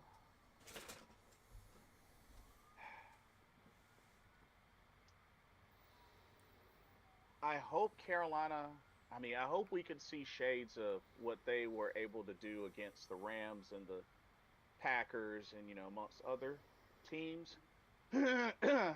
But I'm having a hard time. I'm having a very hard time seeing this as a win for Carolina. Mm-hmm. I'm having a hard time. Same. I mean, because here's the pattern. Because here's the thing that folks got to remember. Yeah, they can use the Rams. Yeah, they can use the Packers. Let's keep it real. This team is better than both of those teams. This is a complete football team. Please, I implore all the fans out there. I get it. Optimism, great. Definitely go in, be confident, cheer your team on to victory to the max. Mm-hmm. But please do not underestimate this Seahawks team. If y'all are thinking that this will be a walk in the park, you're crazy. There's a reason why this team is 12-3. There's a reason why this team is 6-1 on the road. It's already bad enough that they protect home field pretty well, but the fact that they rarely lose on the road is scary. Not to mention, this is a team that historically Carolina has not had the best luck against. 5-11. And I know folks want to say, but 2015, that's fine. Two completely different rosters. Yeah. And we know this. Two completely different rosters. We don't have even... We're not even remotely close to what we had in 2015. I'm sorry, no. If anybody thinks that we have that level of talent right now, you're nuts. And that's coming from me because I know how to evaluate that level of talent, and I know exactly what it's going to take for us to get there. We're still 2 years out from that. Yeah. There's no way. Anybody that thinks we have that type of talent is delusional. Just because you felt like we had a 2015 type game against the Buccaneers, great. That energy, great. I enjoyed that, throughout that game. But if you think we have that type of talent right now, no. But are we stumbling our way through this schedule? No. Not at all. And not only that, because here's the thing. only way I see Carolina winning is one. They, like I said, they're going to need to get takeaways, and I only see probably another close victory. Because, like I said, we gotta folks gotta stop acting like we obliterated these other teams. We won. We won by 3 points. Exactly. Won by 3 points. Number one, Exactly. and number two, we just read off the rankings. Like I said, yeah, Green Bay was tough. Rams were tough. Seattle's a much tougher team. Not to mention, Seattle hasn't even clinched their division yet. So you best believe they're going to be playing not only for the division still, because there's, three of those teams in that division have clinched playoff spots, and they're still trying to battle for not only the division championship, but also number one seed in the entire NFC. This team is not going to take it easy. The only thing I'm saying is, and David, I see you. Don't underestimate this team. I'm telling you, don't underestimate this team.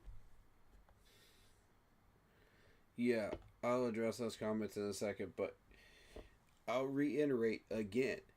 Seattle only beat the Rams by pulling out a trick play in overtime. They're evenly matched. They're both very, very dangerous, and we got lucky to beat the Rams.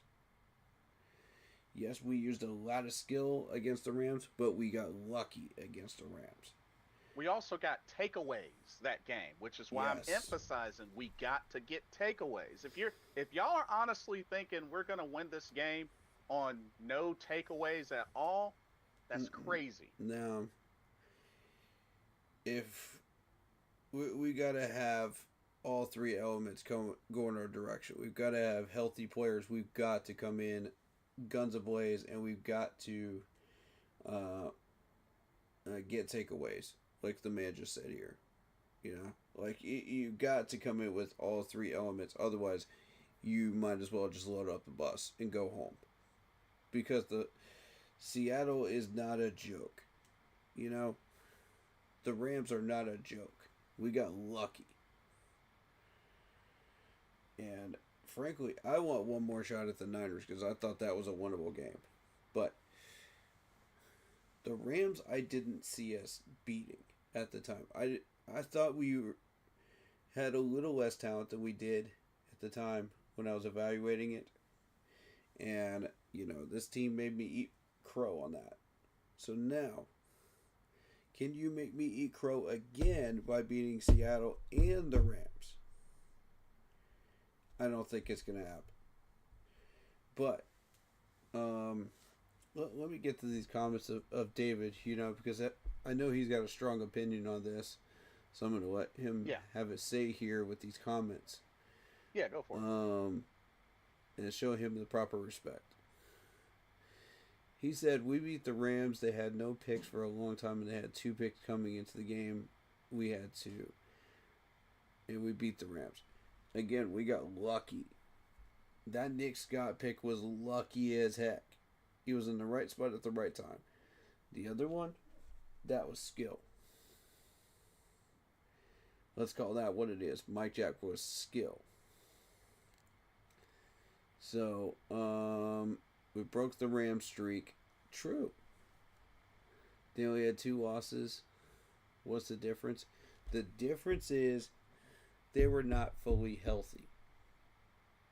Not to mention, we're talking about a team that's better than the 2 that you're mentioning. They were not fully healthy. They were off their game, and we caught them at the right moment.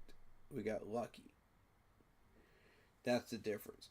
When they played Seattle, they were fully healthy, fully decked out. Seattle had to pull out a trick play to win that game in overtime.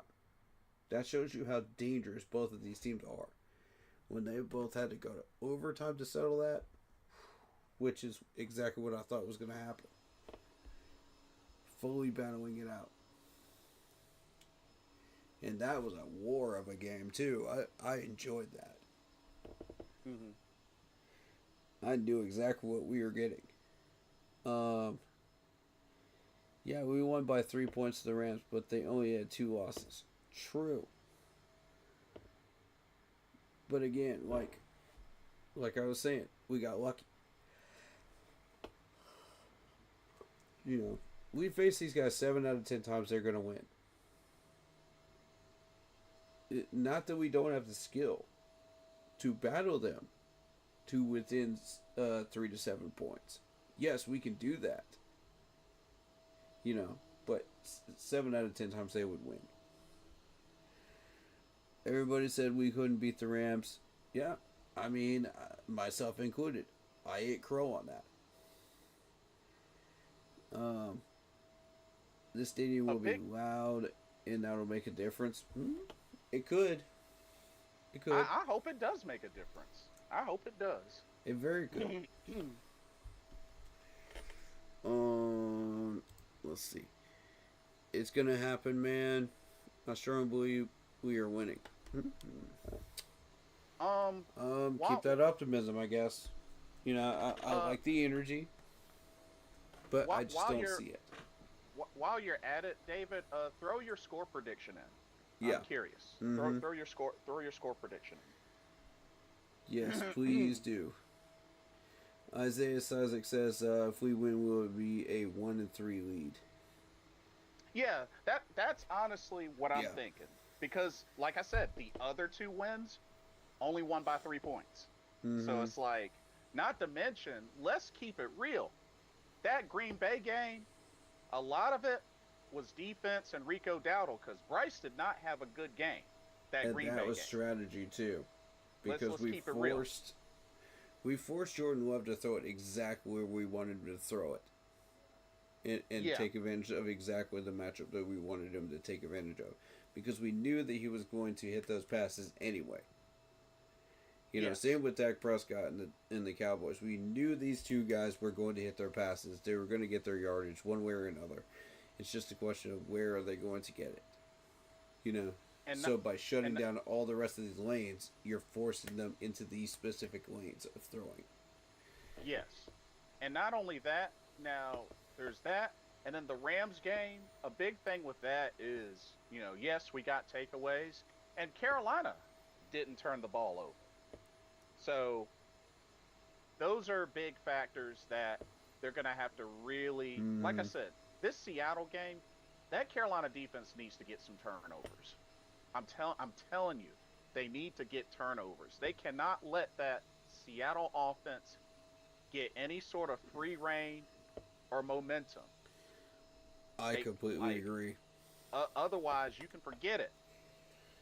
Yeah.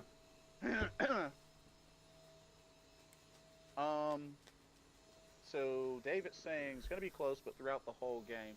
But you're picking a win by 10, 30 to 20. I will be very shocked if they put up 30 against this defense. I'll be very shocked. Same. Because here's the thing. I don't see it. The Panthers have only put up. Let's see. Actually, you know what? Let's go over it. Nigma's going to get his touchdown. You already know that. So the Panthers have scored 30 points this season against the Falcons, against the Cowboys, the Falcons twice, the Cowboys, the Rams. So overall,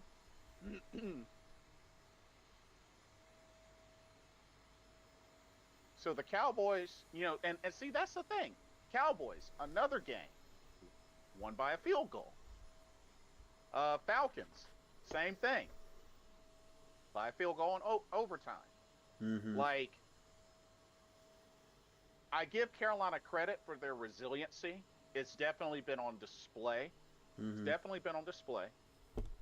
But it's getting harder and harder. Because here's the thing. You look at a lot of these games, a lot of these victories, Carolina has won by 3. That's correct. 1, 2, 3, 4, 5, 6. 6 games. 6 games this year that Carolina has won by 3. So their resilience is definitely on full display, but you know, you don't want Carolina to continuously get into shootouts. And that's why it's a concern because these games are going to get harder and when it comes down to the offense, Carolina doesn't have the best offense. I mean, let's keep it real. So to have to depend on them winning by shootout, I don't like that being the case. I don't I don't either. like that being the case. Especially, I mean, because when you think about Bryce Young, okay, he averages about 192.2 yards passing a game. So less than 200. Like, That's below the average for the league. yeah. And you want him in constant shootouts? No, I definitely wouldn't. I don't think anybody should want that. And while, him having 12 comeback victories is impressive, that doesn't mean you want him to be in that position as much as possible. Because let's keep it real. Yeah. He's not going to win every single one of those scenarios. Period. It's not going to happen every time. Same with the And fourth down situations. yeah, and that's why you're better off. That's why you're better off establishing your play and dominance early on and maintaining it. And see, the thing is, Carolina has only been able to do that once this season. Once. Should have been 3. If we're being honest with ourselves. So like I said, like this is going to be a very difficult game for obvious reasons, considering this is a team, like I said, better than the Rams, better than the Packers. But like I said, if they can get turnovers, and if Carolina cannot turn over the ball, I honestly think it could be another win by 3. But I just honestly don't see it happening. And like I said, here's the thing, David. Here's the thing. It's not about hoping that anybody eats crow or anything like that. That's not what this is about. Right. You have to also keep in mind that even as fans, we're trying to do our best to assess the full situation of this game. And while Carolina, like I said, if it's one thing I will say, Carolina has taken it to a new level this season. Can't nobody take that away from Carolina. If there are fans out there that feel like Carolina hasn't arrived, even if we don't make the playoffs this season, they're There's ignorant. not much that you can do to change their mind either. They're just going to be tunnel vision on it. And that's fine. That is what it is. But that's ignorance on their part. Let them deal with that. My thing is this. There's always going to be a measuring stick with this team. Especially, we've been there. We know where this team has come from. We know the many number of years this team has suffered. It's going to get to the point where, little by little, this team is going to get back to where they need to be. It might not necessarily be at the pace that we hope for, but one thing's for sure, this season has been very big for Carolina. Very big. I mean, they've already gotten 2 more wins. Wait, no, 3 more wins. 3 more than they wins. did last season. Yeah. And with more to come. Which is exactly where I expected them to be at. I called 7-9 at the end of the year, and we're exactly in that target range. Yeah. And the thing is, there's still a lot of work to be done with this team, with the inconsistencies. But you know what? Even with the inconsistencies, look at how far they've come. Mm-hmm. This team has an opportunity to make the playoffs. And Yep. my thing is,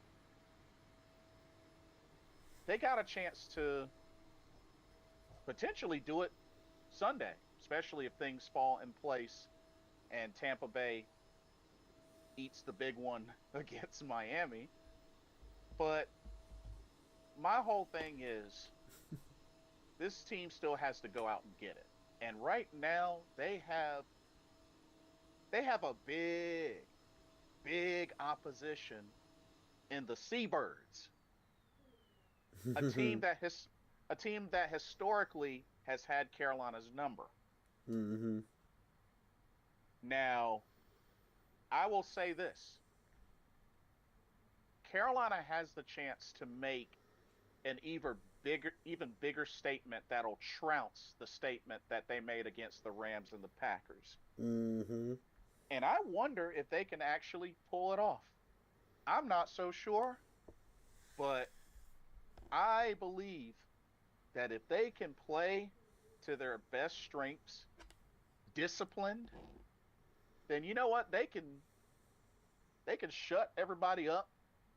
They can hush the crowd, and they can silence the Seabirds this Sunday. I just don't think it's going to happen. But I will gladly, I hope to God I'm wrong. But big thing is, we can't underestimate this team. That's the only thing I'm saying. We cannot underestimate this team. Facts. Not to mention, got a familiar face. Let's keep in mind, Carolina, parted ways with Sam Darnold, and right now that dude is balling. Mm-hmm. Balling.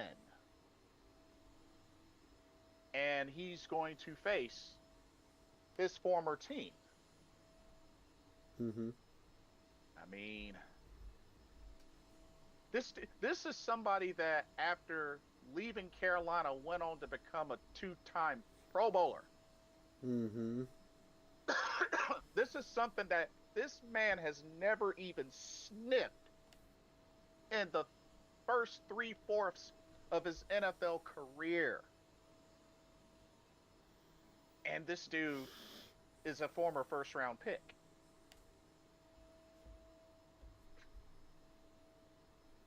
I hope Carolina brings it to the utmost. I really do.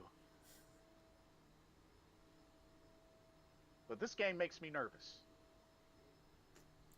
You're not wrong. This game makes me nervous. I'm with you. Yeah, when I look at this team, the record wise, I'm looking at 7-9 wins. That was exactly what I thought was going to happen. But when you look at it talent wise, we've exceeded my expectations. And I'm very, very proud of this team, because there are so many times we could have just stayed down, and laid down, just like the old Panthers teams. And we just kept getting back up and getting back up and getting back up after all these losses, and just hitting the other teams in the mouth. And I'm like, whoa. There's some times this year where I was like, whoa, who is this team? I don't recognize this team from last year. And y'all grew up. I'm impressed. And that's me saying that I'm always honest. I am always telling y'all the truth. I have no reason to lie to y'all. When I'm giving this team praise, they have earned it. This is a resilient group. This is a Panthers team that has the heart of a Panther. Dabo's always talking about heart of a champion. This team has the heart of a Panther. in them. You know it when Yeah. you see it. And I'm just so happy to see that. It brings me joy as a Panthers fan. Because this has been so needed after 10 years of just pure garbage football. To where we were one of the we were the worst team in 4 different American sports. We were. And it was the most embarrassing thing ever. Falcons fans want to complain about this and that and the third about the most embarrassing franchise ever, blah, blah, blah, blah, blah. No. You're not the most embarrassing franchise ever until you're the worst team in 4 different American sports. Right. Then you have a right to complain about that. Okay? Until then, shut your traps. Fire your coaches and do your business. Okay? Get yourselves back up. Because nobody is down forever in the NFL. Heck, Right. Detroit proved that. Their stadium was almost gone. And now look at them. Yeah. The Cleveland Browns, who Baker himself resurrected for a small time. For 1 year. Beat the brakes off the Steelers in the playoffs in their first round. For the first time in franchise history in a long, long, long time. And I was happy for all the Browns fans out there because I was like, it's about freaking time. That Steelers team has plagued them and plagued them and plagued them and plagued them for decades. And they finally got their revenge that game. And I was like, yes. This is 20 or 30 years of karma right here under Baker Mayfield. So to see Baker go to Tampa pissed me off because I knew we were going to have to deal with this dude twice a year. I knew who this dude was at that point, and I was just like, oh, crap. So we're going to have to adjust our roster accordingly. Mm-hmm. So we did, and we beat him in Charlotte. And I gotta tell you, man, the whole day, to me, felt like 2015 again, nostalgia.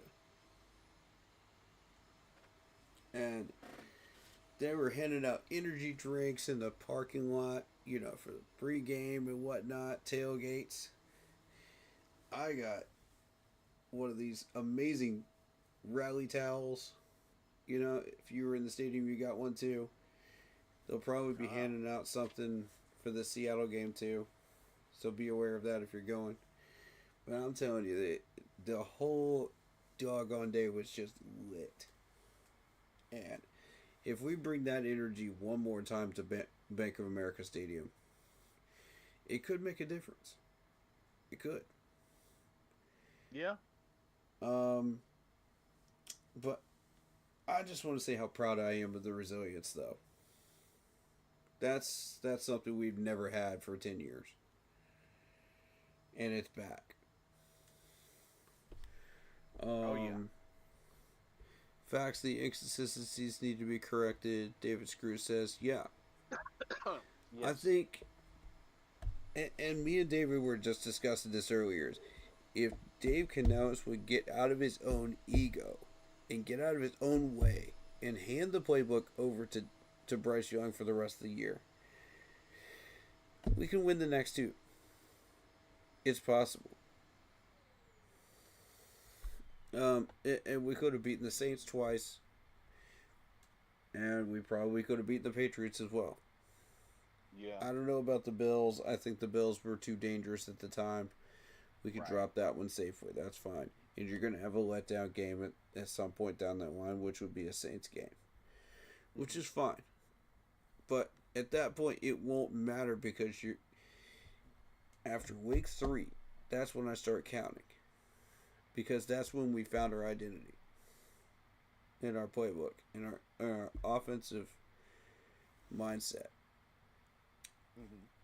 Mm-hmm. So you take that into account. That's 4 losses for the entire season. Rest of them are wins against major opponents who we didn't even think was possible to win against. Did anybody have on their bingo sheet that the Cowboys and the Packers would have a terrible defense this year? Because I sure didn't. I didn't. I know I didn't. We knew what we were doing with Tua with the concussions, but we still beat him. Yeah, I don't think anybody had on their bingo sheets that Justin Fields would actually do well in New York with the Jets. That offense was red hot, but the defense was god awful because of Wilkes. So we beat them. So I mean, you put that into perspective along the way. Mm-hmm. There's no reason why we should be listening to the Saints twice. Once maybe with a letdown game, sure, but not twice. Yeah. You know, it's bound to happen to every major strong team out there. Even the Bills are susceptible to it at this point. You know, Chiefs are out of the playoffs. I mean, come on. Yeah, which that's wild in itself. But I mean, look at their schedule. So, and the fact that team just kept breaking down until they got injuries galore, and it became just the same as everybody else. Finally, you know, and it was bound to happen at some point. Mm-hmm. The question is when. You know, you can only reload for so long. New England found that out. New England was a perfect example of that. You know, they went on for what 20 years before they finally had theirs. Sustainability is so hard when you have that much talent. Yeah. And you got talent coming in and out, going to other teams and coming back in, and it's just like, you know. But you put that into perspective and you say, okay, the Rams and the Seahawks are going to be your top NFC teams. I don't think anybody saw that coming. Seattle maybe, but not the Rams to the degree that they were doing.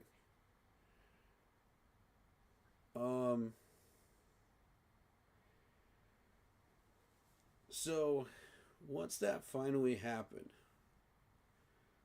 and then injuries settled in, all the pieces were set in place, and it was like, whoa, you know, we might actually pull this off. When the football gods give you a gift, take advantage. Yes, the goal of this year was to take the division. It always was, but by talent. Yeah. You know, just I wasn't sure that we had enough talent to take it just by skill alone. You know, with injuries involved. But we had a little bit of luck. And that's when it made it possible for us to be where we are. Right. If we had just won a few more games, think about that. We'd have the division right now. Yeah. Oh, yeah. I'm just hyped. I can't help myself. Yeah. True. I'm with you. I mean, the energy is through the roof for this. But my whole thing is, if Dave Canales had just handed that playbook over for the rest of the year from week 3 on, 4-loss team. Mm-hmm. Crazy, right? Crazy to think about that. And that's us being gifted a very crazy and lucky schedule, as well as skill. Right. Where our talent level is above where we were supposed to be at. Look at what that looks like for the next 2 or 3 years. Project that into the future. That's beautiful. That's a beautiful picture right there. Right. I'm excited. You know, whether we make it past the the wild card round or not, I'm excited. I love this. This potential is just through the roof. Yeah. But we got to stay on the train. Yeah. We got to stay on the tracks. Yeah, most definitely. They gotta capitalize. Mm-hmm. But like I said, they got a chance to make an even bigger statement this Sunday. They've made some big statements this season. They have, but they got a chance to take it up a notch with an even bigger statement. They beat this Seattle team for their final home game of the season. Shoot, that's going to put even more pressure on Tampa Bay. I mean, they're already under pressure currently, after losing to us. And for their sake, they better not play lax against Miami. Otherwise, Miami going to end up upsetting them. And that's going to even make it even more easier for Carolina. But okay. I guess let's look at score prediction for this game. Alrighty.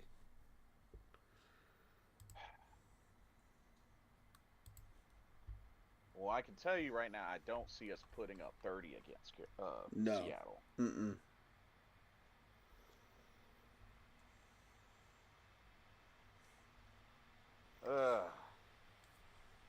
17-14 Seattle. 21-17 Seattle. 21-17 Seattle. And that's if Dave Canales steals the playbook. So Carolina. Or does not steal the playbook. Either way. So Carolina, you just heard us. We're predicting y'all to lose. Make us regret that prediction this Sunday. Make me eat crow. Please make me eat crow for this one. Yeah, that's all I can say. Make me regret making that prediction. And if you can't make us regret that, then evaluate the talent, please. Because I'm not going to sit there in the fourth quarter and watch these starters just coming back out there and doing the thing. When we're down by like 14, 17 points. It's like, what's even the point? You have one last home game, one last opportunity to evaluate this talent before offseason. Don't waste it. Can't waste it. Mm-hmm. Okay. Other games. Yeah. So, this Detroit and Minnesota game, I would have picked Detroit for this. And I was wrong. Yeah. I would have done the same as well. I saw the parlay for that, and I thought, it's not big enough for me to jump on it with a bet here. The Cowboys beating the Commanders, no surprise. Although it was close. It was close. Yeah, I expected a win there for Dallas. That was their comeback win right there after choking yet again, in a major game against the Chargers. Yeah. And they just can't handle it against major teams. Yeah. And the Broncos winning, no surprise. Although the Chiefs did a little something. Just a little something. But Denver's been playing some excellent ball, and I figured, Denver's going to win that game. Yeah. Okay. So we have two Saturday games. Let me just say, I've got some parlays going for this weekend. I think you guys will be interested in hearing. Oh, yeah. Because I won $343 last week. Oh, snap. Yes. I'm very, very pleased with those wins, because it pretty much highlighted the fact that there's a lot going on in the NFL, and I still know what's going on. To the point where I'm actually making money off of it. And those were New England beating Baltimore last week, the Chargers beating Dallas last week, and Green Bay losing to Chicago last week. Mm-hmm. And the biggest one was Chicago, because that one was so back and forth. I figured, okay, once Jordan Love went down with that concussion, that's when I knew I was winning $98. Chargers were gonna beat Dallas, so I won 137 off that, and New England beat Baltimore, and I got 108. So for this week, what I've got open this week, I got the Eagles beating the Buffalo Bills. I could get 100 off of that, and I've got the Bears beating the 49ers for 127 that I could win off that. So we'll see what happens there. Very interesting picks. Yeah. For reals. But we'll get into the specifics of that as we go along. So let's begin. All right, 2 Saturday games. First up, Texans at Chargers. Now, this is where we start looking at where everybody is in the playoff hunt. Who is locked in what spot. So this is where that's going to matter. So the Chargers they've locked up a playoff berth. They haven't won the division yet, but they did lock up a playoff spot. Houston has not clinched one yet, but they're still in the hunt. Now, here's the question. Will the Chargers rest their starters? I don't think so, because they haven't secured the division yet. That's what I was thinking as well. But Denver looks like they're not going to lose. Denver still has the Chargers' last game. And they don't have another one. So, they've got a 2-game lead as of right now. So, even if the Chargers win this game, it's still going to be a game behind.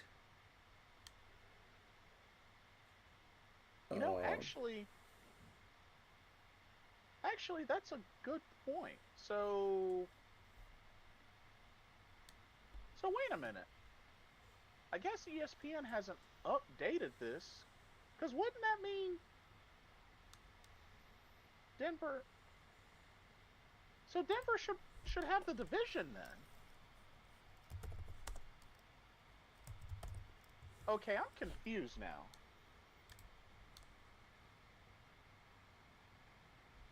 That might be a typo. That's what I'm thinking. NFL records. Excuse me. As of today. Okay. So I found it. So apparently, I did as well. So they clinched the division. Yeah, ESPN had it correct. It's 13 wins for Denver, 11 wins for the Chargers. So Denver clinched AFC West. Denver win, and plus Chargers loss or tie or. Wait a minute.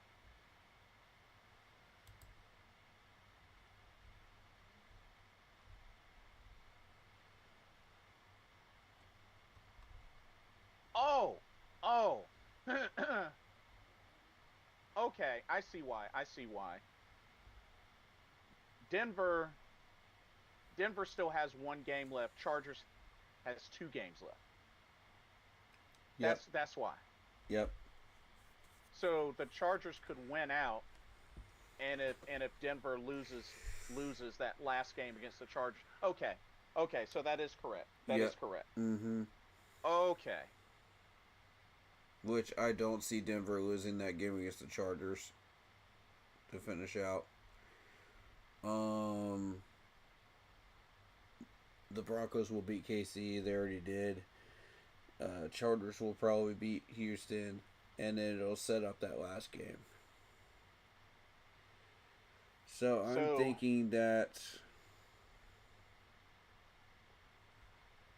the way this is looking. So this is interesting. If the Texans beat the Chargers, that means Denver will clinch the division.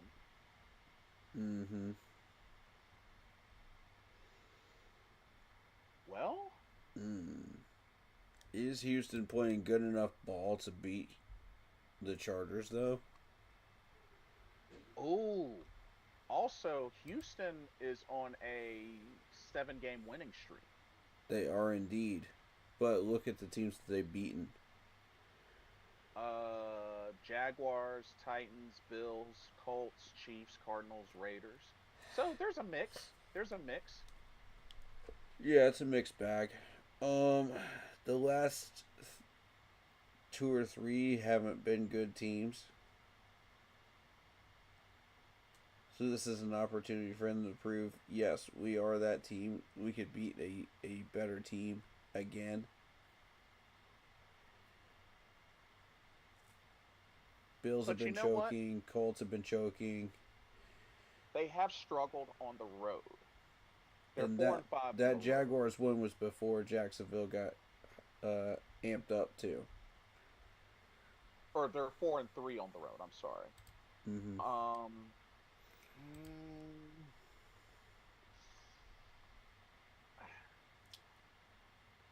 You know what? I'm gonna say the Chargers protect home field and keep their division hopes alive. I'm gonna say the Chargers sneaks this one out. I think it's interesting that they beat the Eagles because no one's really talking about Philly. We're all talking about all these other teams, but nobody's really talking about the Eagles. So when you see an upset like that over a solid Eagles team that has the potential to beat pretty much anybody in the playoffs right now, it's rather impressive.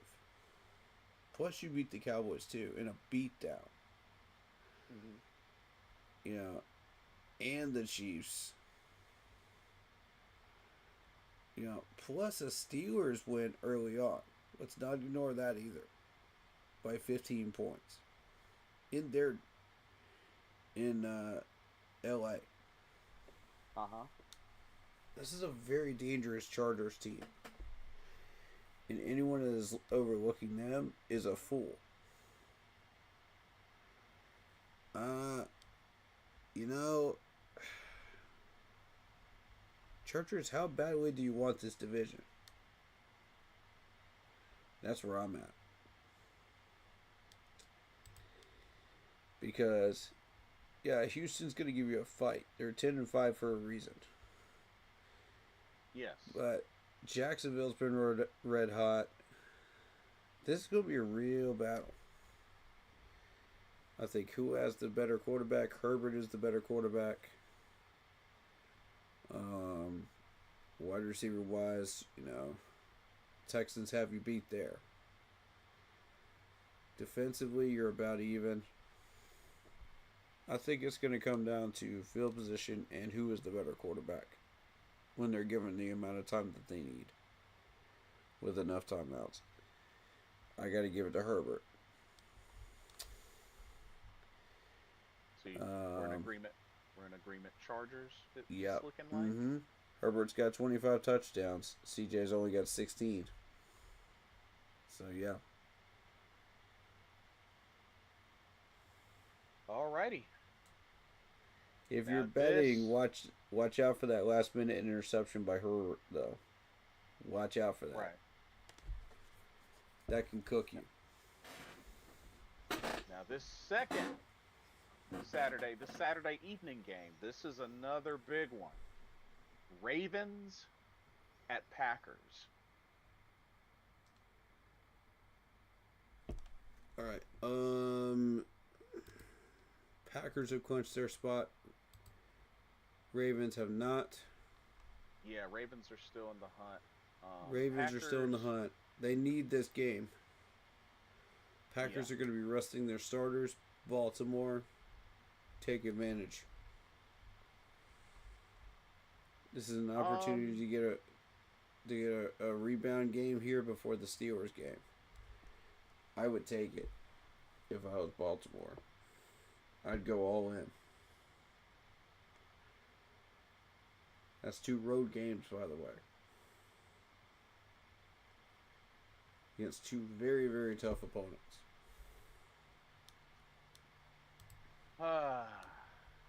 you know, I'm going Ravens. the weird thing is the Ravens have struggled badly at home this year. They're 3-6 at home, but then again, they missed a lot of time with Lamar Jackson out. Mm-hmm. But now that he's back, which I know they lost to the Patriots, and Lamar struggled, but Mm-hmm. but they are going against a slightly vulnerable Packers team that won't have Jordan Love because he's out. Correct. No Micah Parsons. Yeah. Ooh, hold up. Lamar Jackson's listed as doubtful. Ooh. Who's backing him up? Huntley. So it looks like we're going to get Huntley versus Willis.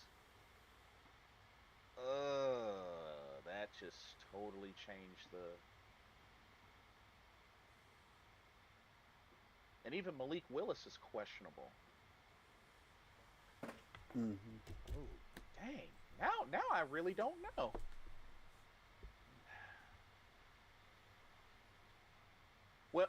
Well, they still got a healthy Derrick Henry, still got a healthy Zay Flowers. Mm-hmm.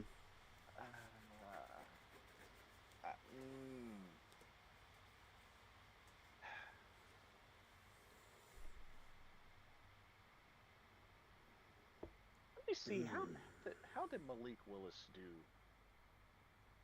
the previous game?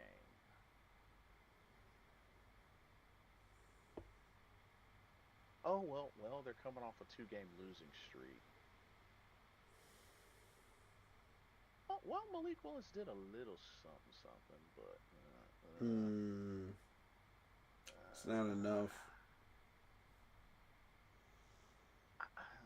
I don't know, bro. This is a tough pick. Because it's like trying to figure out which one of the two teams is more vulnerable than the other. Because it's like the Packers have a playoff spot. They don't have the division yet, but they have a playoff spot. The Ravens haven't clinched anything yet, but are still alive, and they're in desperation mode. You know what? Ravens. What the heck? I'll take a chance. Yeah, Ravens. because Green Bay is going to be resting their starters, and it's just not going to be.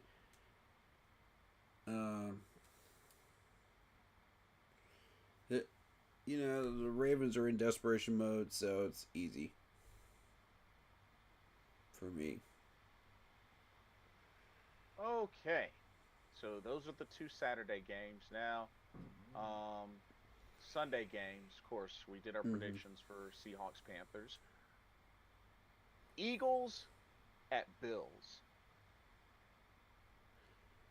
This is one where I feel that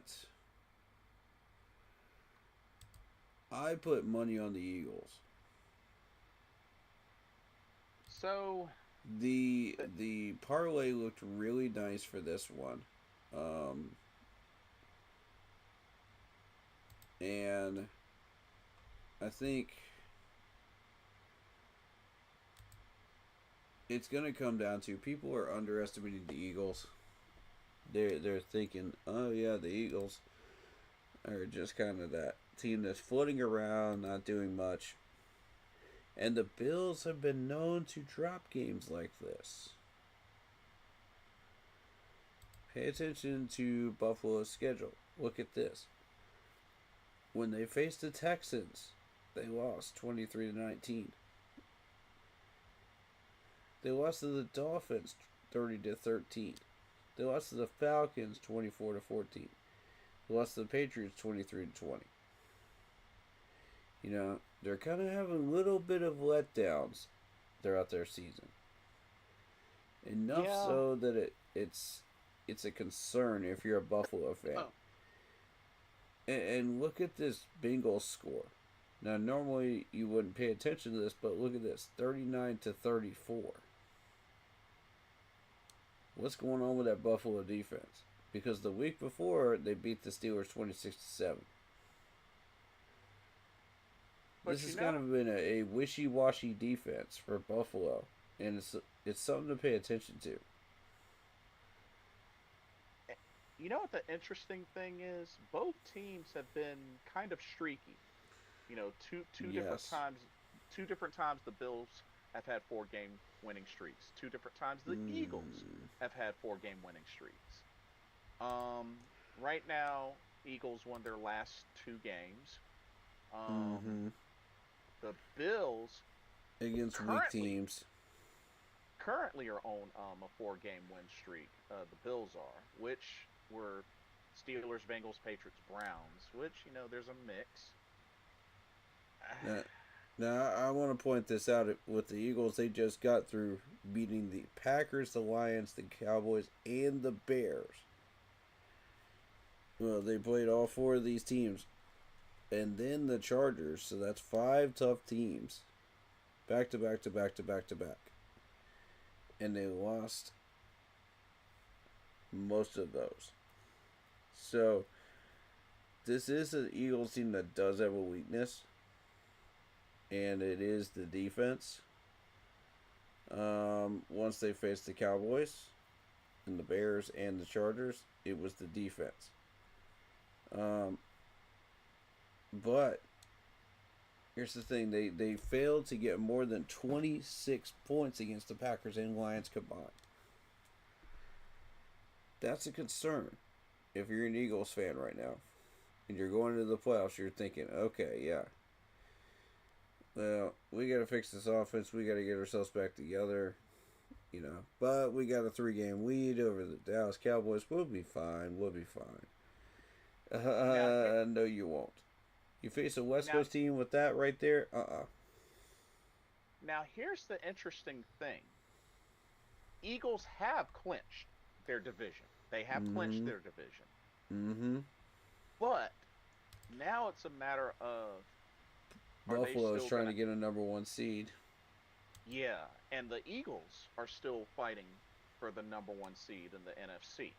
Because if they went out and, like, Seattle breaks down, and, you know, other teams like San Fran or the Rams break down, or the Bears break down. Do they both bring everybody to the table on this one?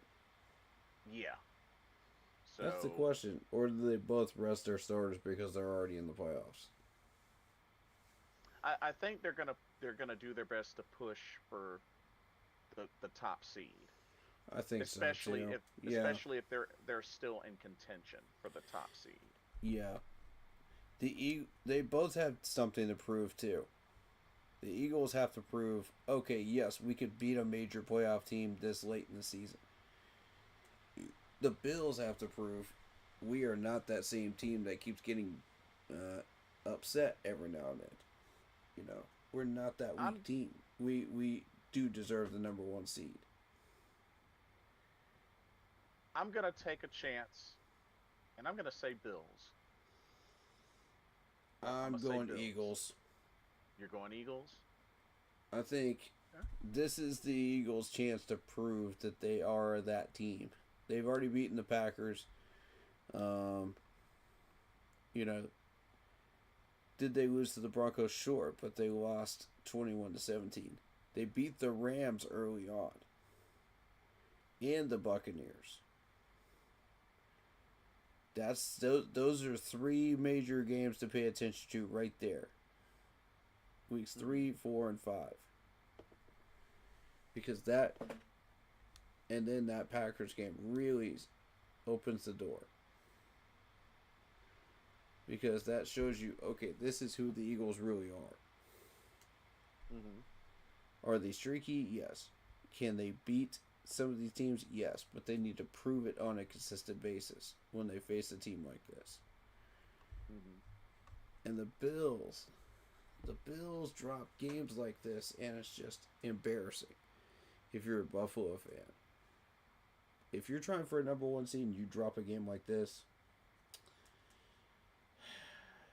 it proves you don't deserve the number one seed. I'm sorry, you don't. And I don't think that New England really fully deserves it either. You know, they played a lot of good teams, yes. It's a lot of cupcake games on their schedule too. Right. So it's, think of it like this. Think of it like a Penn State team, that's won a bunch of cupcake games, and then they beat a few talented teams, and then, oh, hey, a bowl game. We get rewarded, right? Mm-hmm. That's what I feel like New England is right now. Like, they're trying to prove that, yes, we actually do have that kind of talent. Yes, we can go through a few of these playoff teams, and we can win. But we've got to show people we can do it. That's where Buffalo is. And Buffalo actually does have that talent. That level of talent. They're better than New England's talent, in my opinion. And they've had that talent all year. The thing is, they're not fully showing it. Mm-hmm. So it's a concern.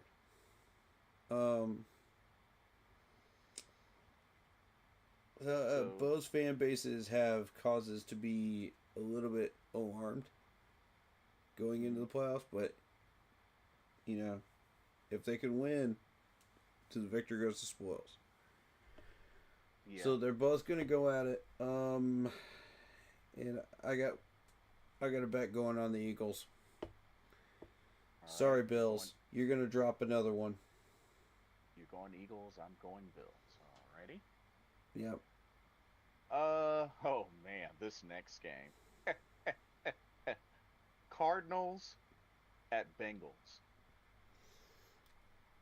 Bengals. Yeah, I mean, because they shut down Burrow for the rest of the season. Yep. Because I mean, they're not going anywhere.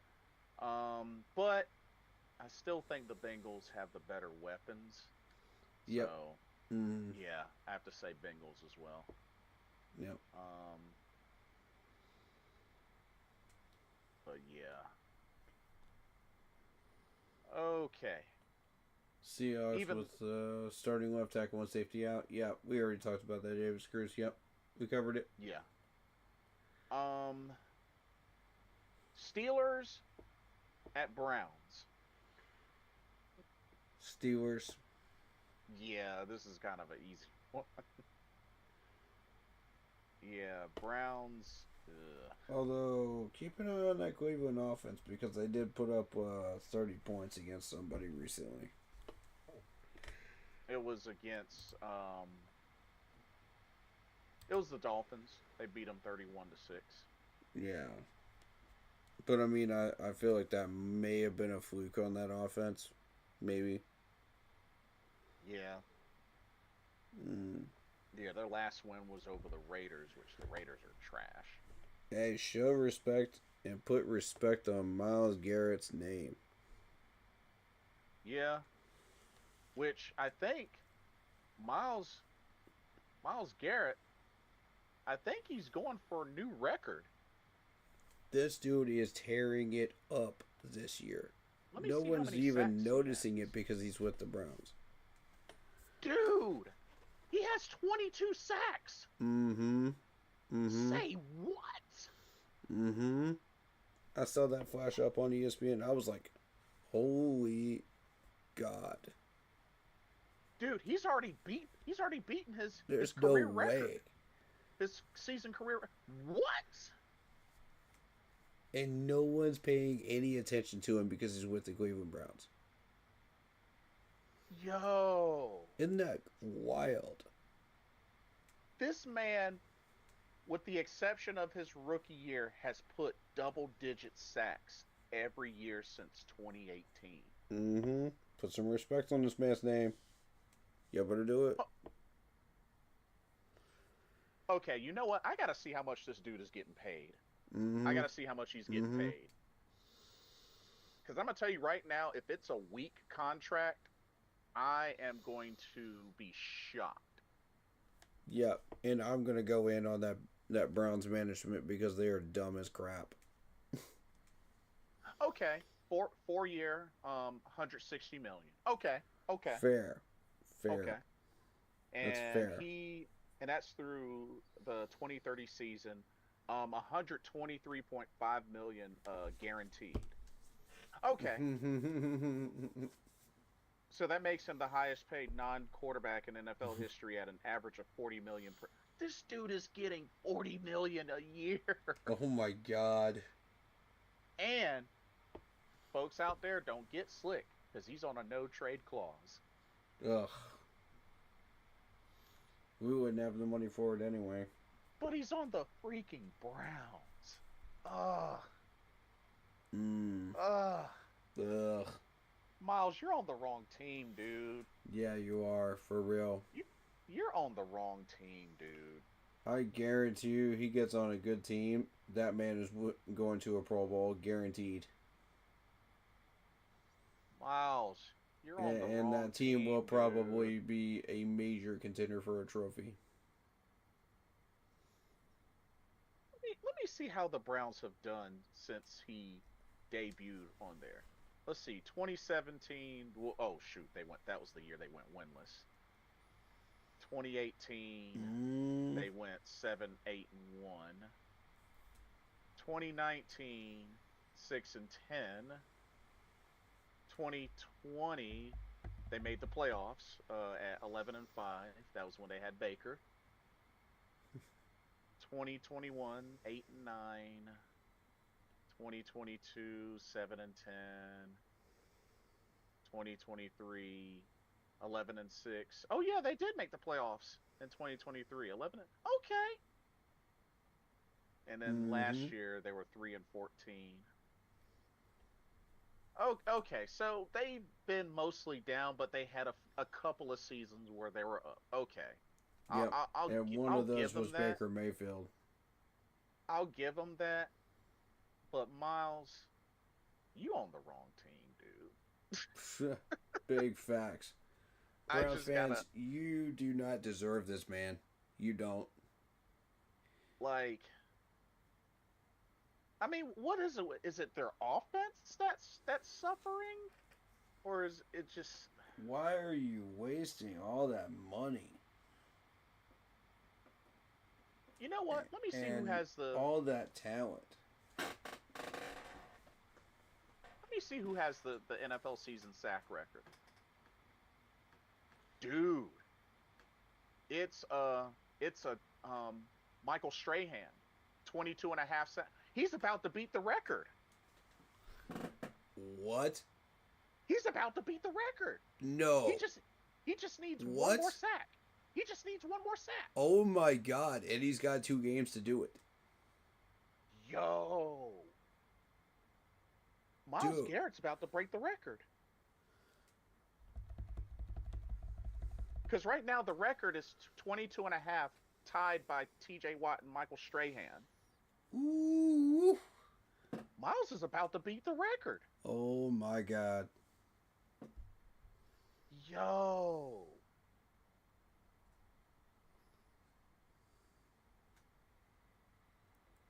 That's Yo, insane. he's about to beat the record on a trash Mm. Browns team. Imagine what he could do on on a better team. Let me see how old. How old is Miles Garrett? Put that man on a Detroit Rock City team. Let me see Miles Garrett. Mm. And he's only 29 years. Well, no, he's about to turn 30. He's about to turn 30 in the 29th. This dude has Put this dude on a regular team, man. That could be dangerous in the playoffs. Oh my God. this man since 2018 has put up double-digit sacks every season. That's crazy, dog. Even in 2019 when he only played 10 games, he still put up 10 sacks. Oof. Yo. Wow. That's a scary dude.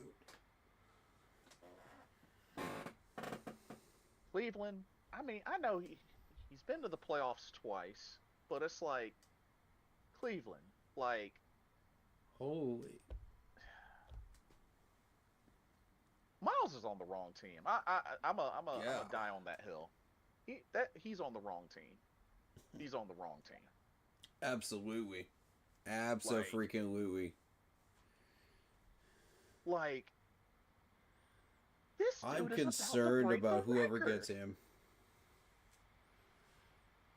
This dude is about to break the record. I'm concerned about the team that gets him next after this contract because he'll have already gotten his bag. So now he wants a ring. Yeah. Oh, I kid you not. That scares the baloney out of me right there. I kid you not. If he, gets like a buyout or whatnot and wants out, I kid you not. Those playoff ready teams better get their wallets ready because one of those teams is going to go after him. Because Big I'm facts. going to tell you right now, unless Cleveland can get it together and have one of the greatest off seasons ever, Miles ain't going to want to stay there. No. No That way. man is too good to be breaking records like that There's on no a way. trash team. After that Ain't no contract is freaking way. over, he is gone. Ain't no freaking You're not way. re-signing him, Cleveland. It's not happening. Unless they have one of the greatest off seasons ever, Miles, shoot. Don't be surprised if Miles is like, you know what? Screw this. I'm too good for this team. I want to go somewhere where I can get a ring.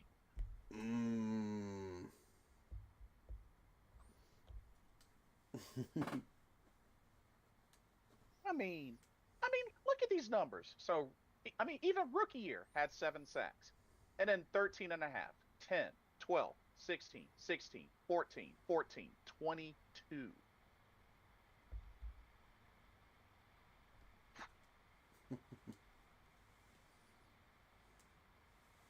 Crazy numbers, man. Crazy numbers.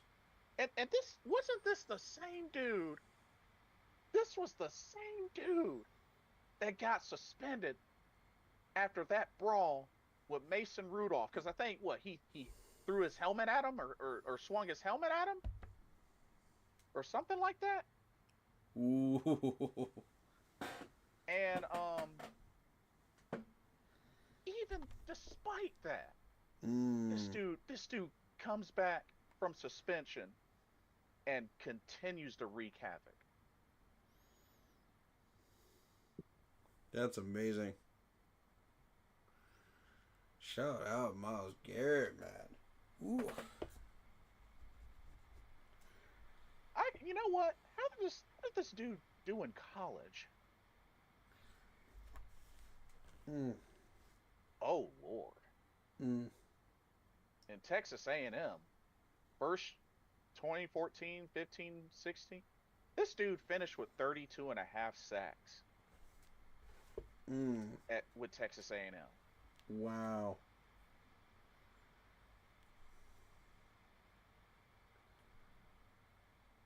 Okay, you know what? How many career sacks does this dude have? A ton. This dude has 124 and a half sacks. What? Yo. What?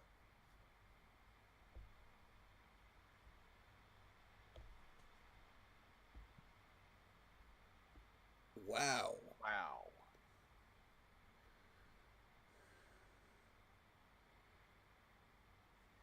Dude.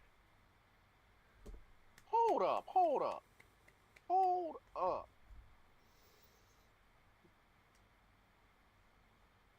This dude is 36 away from surpassing Julius Peppers in career Whoa. sacks. Whoa. Yeah. That's He crazy. He only needs 36 more sacks to surpass Julius Peppers. Yo. Oh my God. What is happening right now? Let me see something.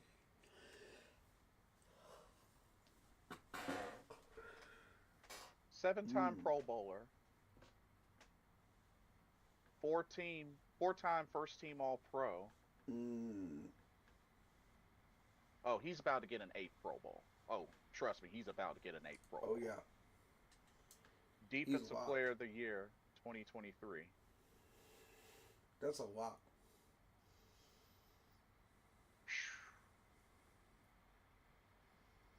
This dude broke the Texas A&M Aggies freshman sack record in 6 games. And he broke Jadeveon Clowney's freshman sack record in 9 games.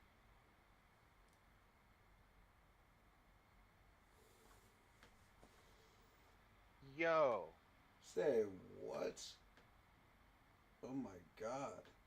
And he's smaller than Julius Peppers. 6'4", 272. That's insane. This dude is on the wrong team.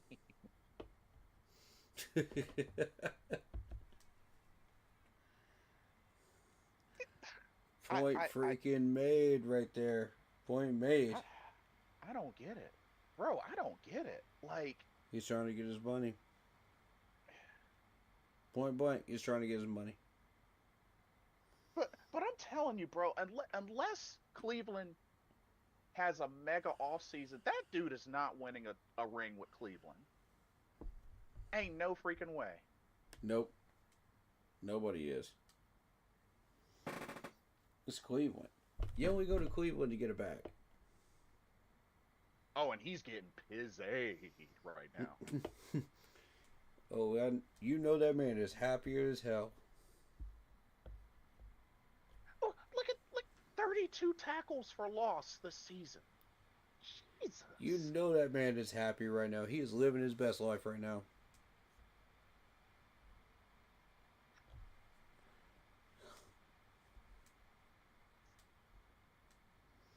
Yeah. Mm. Anyway, I know we got sidetracked, but that's alarming. Like, it is. Like, wow. I'm lost for words. And the fact, Cleveland, y'all need to do better. Y'all need to do better by this man. I'm sorry. They need to do better by everybody, not just him. Yeah. Like,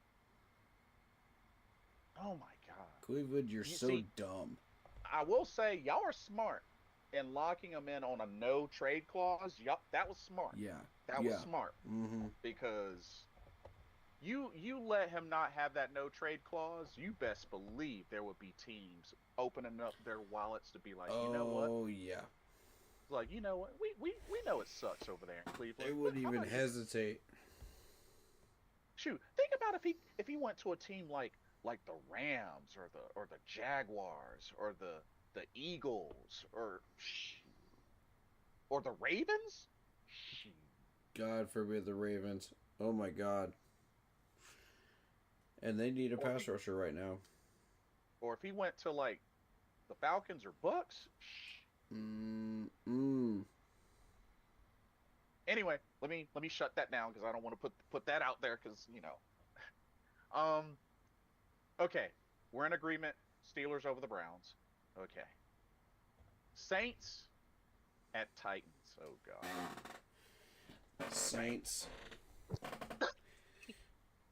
So I got a topic about the Chiefs as well to talk about later on, but go for it. Okay. Um. Okay, we're both in agreement. Saints over the Titans. This next one should be interesting. Jaguars at Colts. Jaguars. If you've been watching the Jags at all this season, in the later part of this season, they have been tearing it up. I don't know what's Yeah. gotten into them, but I'm very impressed. This is how I was hoping that Trevor would play, in the league. So they're 11-4 right now. Don't look now.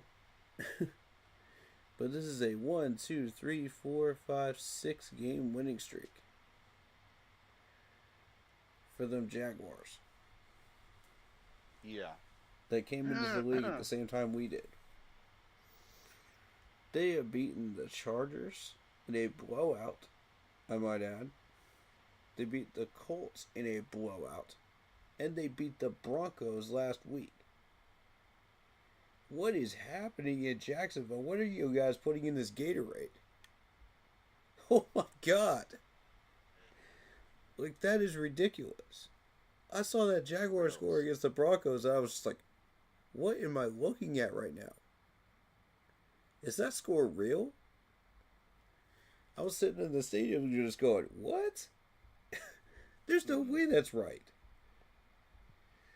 Unfortunately, I didn't have any better on my phone to check it, but I checked it out later. I was just like, sure enough. I was like, there's no way. Whoever bet on the Jags for that one wants a big money. Oh my goodness. But yeah. I think they put up a good effort, but I'm gonna say Jaguars as well. Like Philip Rivers, I mean, he's done some decent things, but just the Colts, they're on a 5 game losing streak, and And the I last think two are it's the Seahawks and the Niners. and honestly, Plus, you they got the gave Texans after this too. Ooh, yeah it's not looking good for the Colts. they gave it a good effort, and like I said, Daniel Jones played his heart out, but after he got hurt, they just hadn't been the same. Yeah. So And I mean, looking at like their success ratio once they with Daniel Jones, I mean, this was a good run. They beat Denver early on. They lost to the Rams by 7. They beat the Chargers. Right. They only lost to the Steelers by 7. I mean, and this was a great run. They beat the Titans and all these other teams like they were supposed to, the way they were supposed to. So, I mean, you bring back Daniel Jones next year, I'm telling you, add a few weapons, this is a dangerous Colts team. They will be in the playoffs next year. Guarantee it if they retain most of these people. Yeah. They just ran into some bad luck this year. And that's a shame. Because I really like that owner. Yeah. Oh yeah. Hmm. So we're both in agreement. Jaguars. Mm-hmm. All right. Buccaneers at Dolphins. Buccaneers. Yeah, I just I don't think the Dolphins will pull it off, to be honest with you. I mean, if they did, awesome, great, but I don't think they're gonna pull it off. So Bucks for the win. All right. Oh geez, this should be an easy one. Patriots at Jets. Patriots. I Yeah, mean, they're still def trying to fight for that number one seed. They're gonna play everybody. yeah, yeah, I agree. They're not done yet. Um, and then one 4 o'clock game. Giants. Oh Jesus. Giants at Raiders. The battle of 2-13 teams. This is a closer battle than people think it's going to be. The Giants have come within 7 points of beating like major opponents that they played against, Yeah. but just couldn't close out the deal. Now, my question is why? You come this close every single time and you just can't finish. What's going on? I legitimately want to know. Like, is it something that happened early in the game? Is it penalties that's keeping them from doing it? What is going on? What is keeping them from doing this? Because we know they have the talent, we know they have the skill, but something is just preventing this team from doing better. And it baffles me. It absolutely baffles me. Because I want to believe that this Giants team is better than they are. But they're just not. I mean, the problem is not Jackson Dart. I mean, you can see it. 13 touchdowns, 5 picks. It's not him. The rushing game isn't really there completely yet. You got 2 touchdowns from Tracy Jr., one else doing his thing, with his 4 touchdowns. Brian Burns is doing his things with his 15 sacks, Yeah. So, and you got 113 tackles from a Cockery. So, I have no idea what's going on with this team. I'm just being honest. I have no clue why they are not finishing it. They're favored.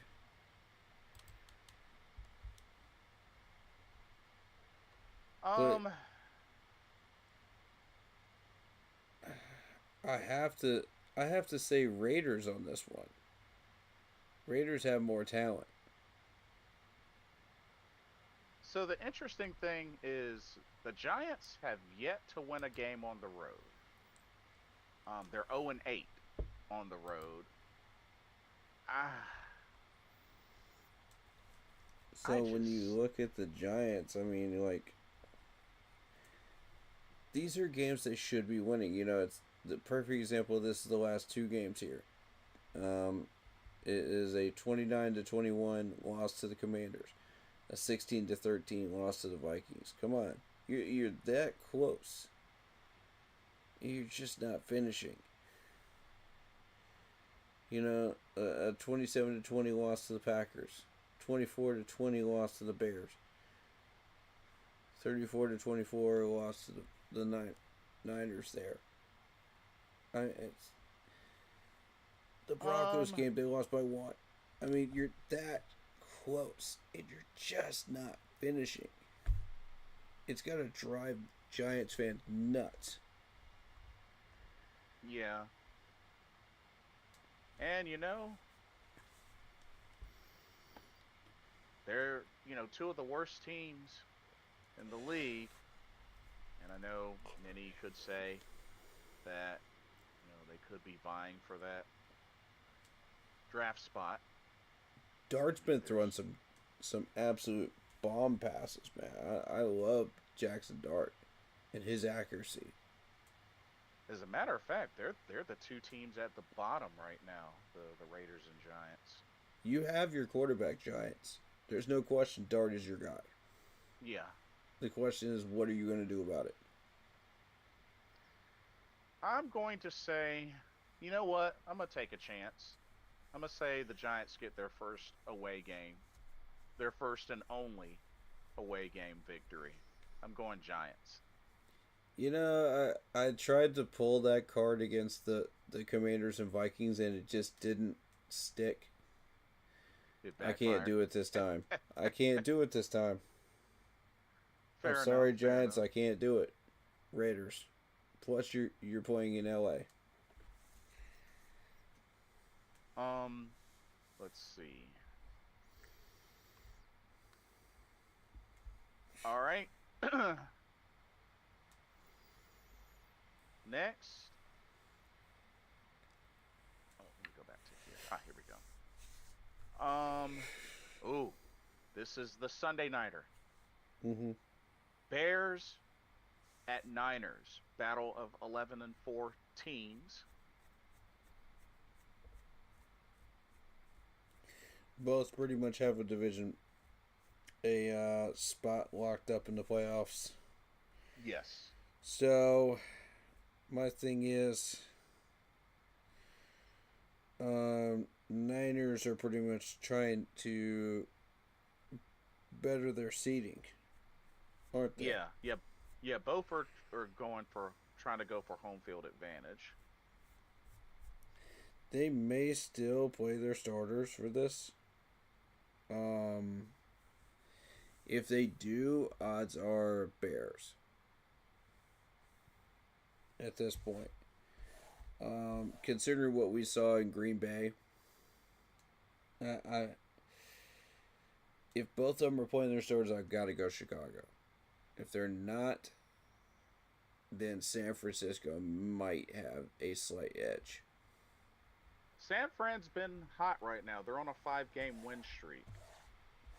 It just depends.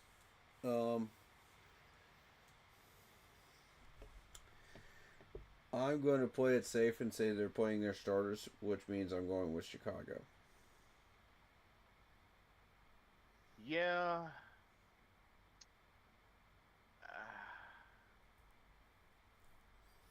It's tough. But you know what? Chicago has really, this has been their year. Mm-hmm. They've been on the up and coming, and Mm-hmm.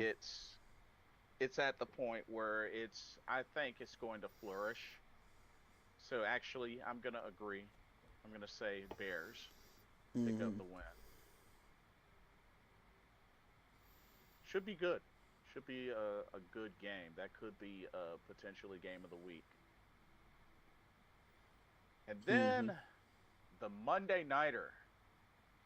Uh, Rams at Falcons. Rams. Yeah, I mean, even though Falcons, there Even aren't though a the great. Rams will be playing their backups for this one, they're still better than the Falcons. Um, well, the Falcons, they're actually on a win streak, aren't they? Oh, 2 games. Well, Two Bucks and games. Cardinals. Yeah. Well, I mean, The Cardinals game, meh. But the Bucks game, okay. You can convince me. yeah, I think Rams still should have it. They Mm-hmm. should still have it. Mm-hmm. They have more talent in their depth chart. I mean, overall, the Rams are still a solid team. Mm-hmm. So yeah, and Matthew Stafford's having an MVP like year. So, Yeah. Mm-hmm. but yeah, that's the schedule for this week. But yeah, final You, home game of the season for Carolina. You think they're gonna put Detroit as a Christmas team now? That's kind of the deal now? Because they did that with Thanksgiving.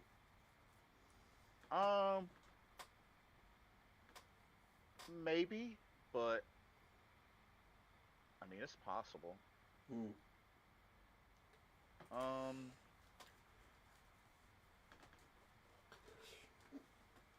Let's see. I really feel like the rest of this week is going to be very interesting as it comes down to the wire. I mean, we're in week 17. There's still one more week left, but Mm-hmm. for the most part, the playoffs are almost set. Um, Looking at just the picture. Mm-hmm. Um, for the AFC, I think it's safe to say because it's gonna come down between New England and Denver. I think one of those two teams, and I'm leaning towards Denver being the team that takes home field advantage Mm-hmm. in the AFC. I would agree. Now for the NFC, I'm gonna tell you right now, it seems like Seattle may be the favorite. Yep.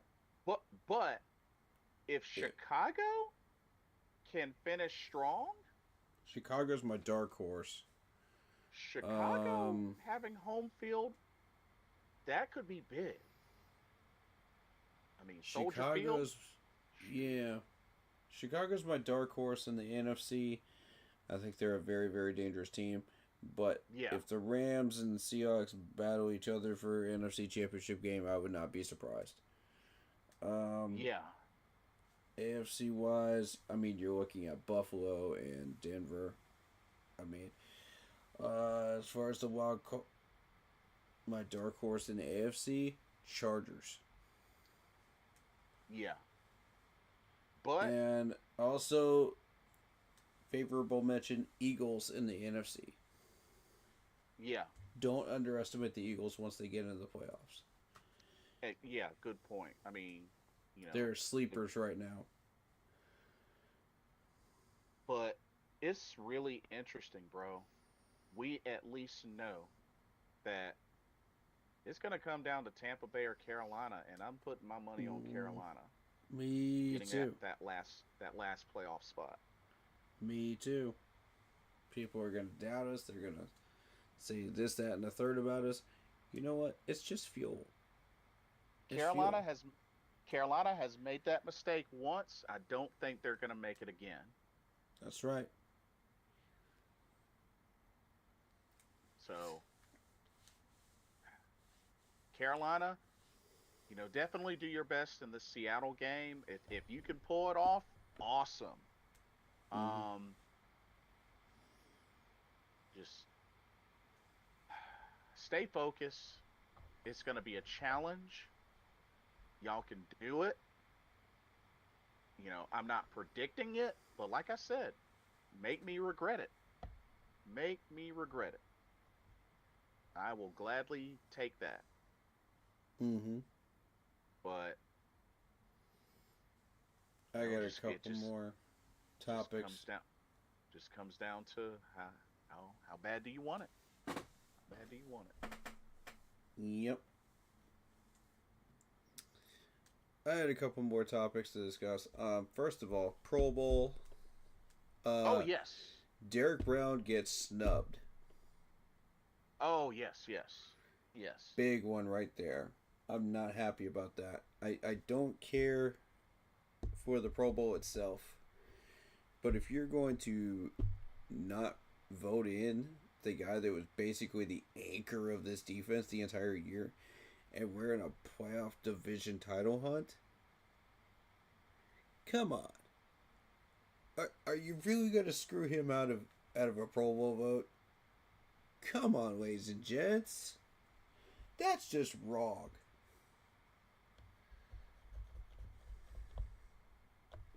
That's Yeah, just straight up wrong. I don't understand it. How? JC gets in as he should. And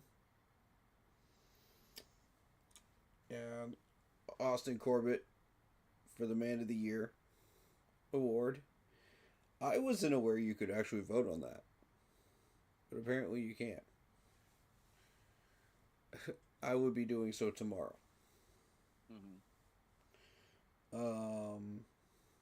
And the Chiefs.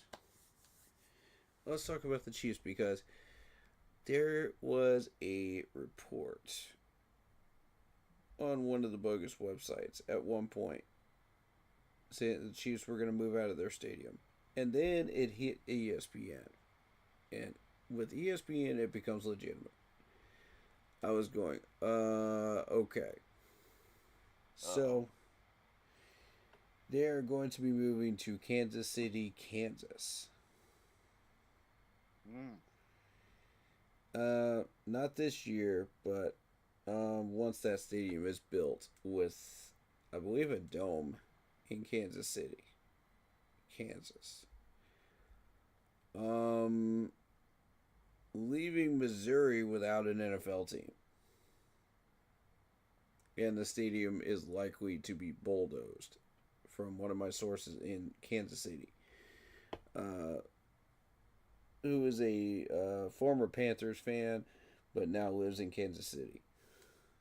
He's heard a lot of rumors about the people around there talking about they're gonna tear down the place. And he listens to the Kansas City Chiefs radio and all that stuff, so he pays attention to all that. I mean, there's a lot of upkeep with that stadium, but there's a lot of history with that stadium. So, my whole thing is, that's the history of it. I would be willing to compromise and tear down half of it and turn the rest of it into a museum. You know? If you're not going to put another NFL team in Missouri. Or at least put Missouri on the list of expansion places. That would be a solution to that problem. That way you could remodel that stadium, keep the historical stuff in the stadium, one area of it. So that way you're preserving the history, but you're also changing that into a new franchise. Right. I don't know whether that's been done before in the NFL or not, but it is possible to do that while still keeping the upkeep,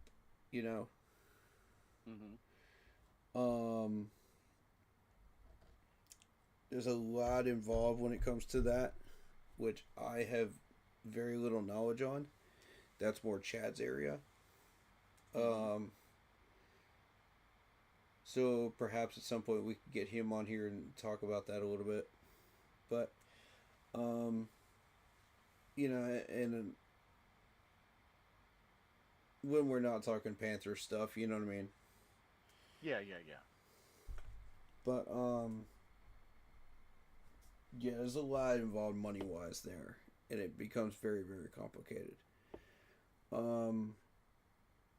But as far as, the expansion teams, there's expansion cities. I know there's Salt Lake City that's still out there.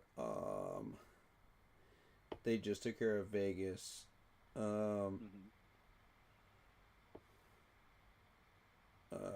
California doesn't have one now, do they? I don't think so. Just the Niners. Yeah. Yeah, just the Niners, so that counts. They got the Rams. Well, that's LA. Oh, you're talking about. Oh, yeah. LA, California. Yeah. So that's all of those. So Las Vegas is the Raiders now. So they covered Las Vegas. So Salt Lake City's still on that list. They could put Missouri back on that list. I don't know who else is on that list as far as expansion cities. Let me look that up real quick. I actually have been meaning to look that up since earlier on this week. Expansion cities NFL. So as of right now, you got San Antonio, Austin, Portland, Columbus, Oklahoma City. Oklahoma City's been on that list forever. So is San Antonio. In the U.S. There's still enough people coming out to Missouri, that you could justify having another NFL team. But most of them will follow Kansas City Chiefs, into Kansas. Outside of that, you got Mexico, UK, Germany, Brazil, as the main ones outside of the U.S. Right. Honestly, I could see Germany being a strong candidate at this point. After the response that they had with us and our fan base out there. Oh, there we go. It'd be nice to see Carolina get another international game. That game against the Giants in Germany was insane. Did you see how that crowd came out to that game and responded? Wow. Oh yeah. Mind blown. So yes, I could definitely see that happening. I think Brazil would be the second one on that list. Oh, Brazil, yeah. Yeah. That's a good one. Yeah. London, I think, would be a good third candidate. Mexico, fourth. But that's just the rotation right now that I feel. You got Memphis and St. Louis on that list too. There's other possibilities. Ireland. We played a game in Ireland. Irish. Yeah. Yeah.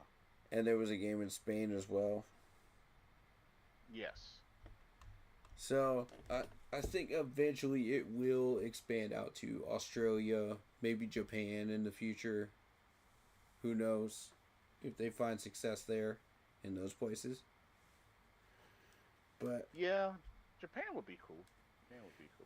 But yeah, putting Missouri as a possible location on that list, for an expansion would solve your problem and preserve the history without having to tear down the stadium. But that's just my opinion, on that. Mm-hmm. From a business perspective, who knows? When you start exploring all that stuff, it gets really complicated. Right. Really fast. And a lot of it has to do with money.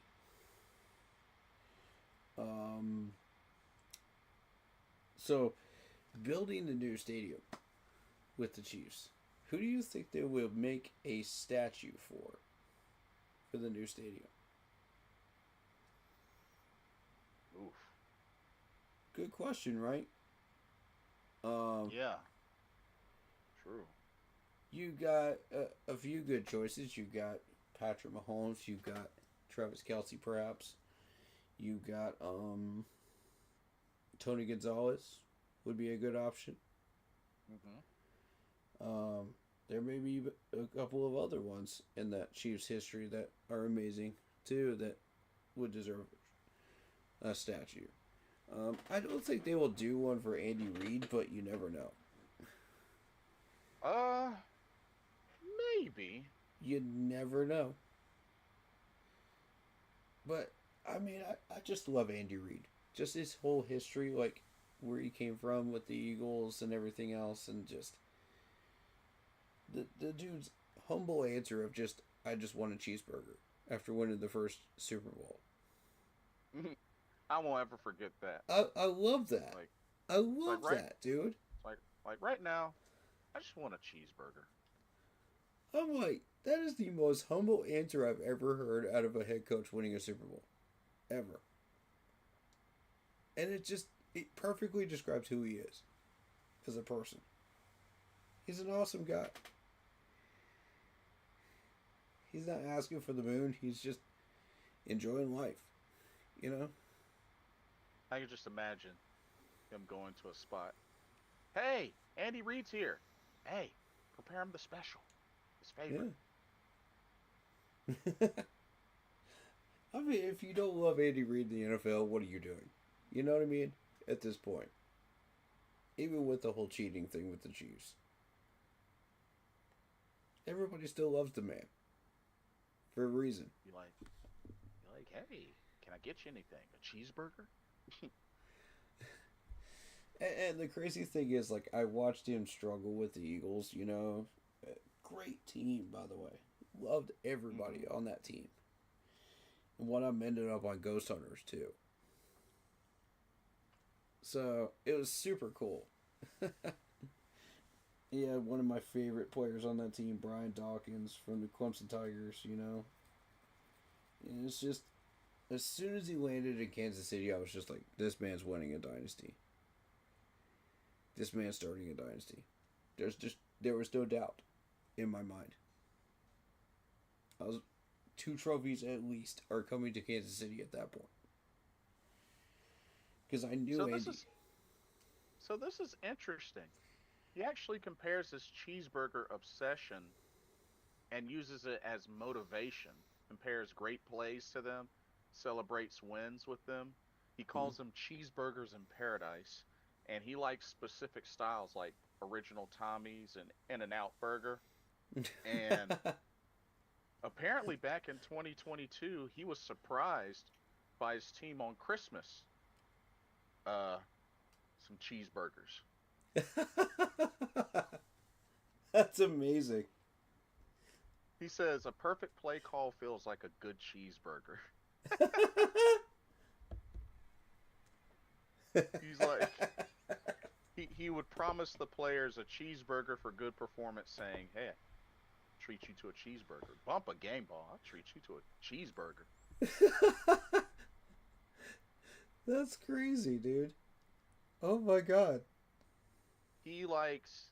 Oh, after Super Bowl wins, he promised the biggest cheeseburgers you've ever seen. Okay. And apparently, he once ate 60 cheeseburgers filming a State Farm ad with Patrick Mahomes. Oh my god. I saw the State Farm commercial that was in question. Yep. This is the thing. And apparently his go-to is cheeseburger with mayo, ketchup, mustard, pickles, lettuce, tomato, and a Vidalia onion slice. Dang. Okay, Andy, I see you. Oh, that's too good. That's Well, too shoot. good, man. If he wants to retire and be the spokesperson for the most popular cheeseburgers, hey, pay that man. Absolutely, pay that Why man. not? I love it. You know, I once tried to get a job at like Hershey's, and the guy looked like Andy Reid. Oh, nice. Yeah, I had like 2 interviews with the guy, and I just could not get over the fact that he looked just like Andy Reid. It was like his doppelganger. It was freaking wild. I could just imagine when he retires, just like, you know what? Before I go, I want to get a cheeseburger. You know what? To signify my retirement, I'm gonna do the rest of this interview while enjoying this delicious cheeseburger. So ask away. He'll pull an Iron Man and just have everybody just sit down at the presser for his retirement. Just everybody sit down and just, here's a cheeseburger for everybody. Just everybody hand him out a cheeseburger. I'm retiring here today, and God, this cheeseburger is delicious. Anyway, I'm retiring, and I've had a long, amazing career. Ooh, is that cheddar cheese in here?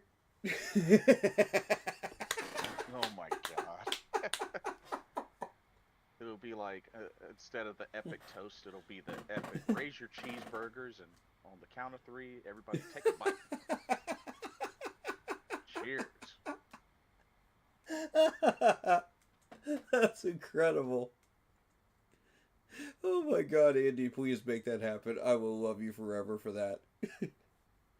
You know what would be kind of cool is if the fans like they win another Super Bowl or something, like the fans just send him in and out gift cards or Yes. Tommy's gift cards. Be like, here you Yes. go. Just everybody walking the streets of Kansas City with just cheeseburgers in their hands. Yeah. Yes, like, while enjoying a Super Bowl trophy. Be like, Andy Reid, you don't have to worry about wondering where you're gonna get your next cheeseburger for the rest of your life. That would be incredible. Yes, lifetime supply of cheeseburgers for Mr. Andy Reid. There you go. Yes. That's your retirement gift. Dang, this dude says a good play call is like a good cheeseburger. Dang.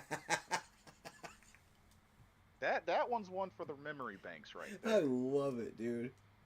I love it.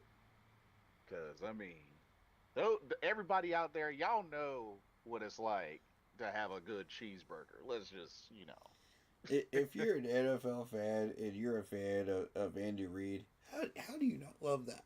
Come on. Just the most humble dude ever. It's like, hey, you just won your third Super Bowl. Like, how do you feel?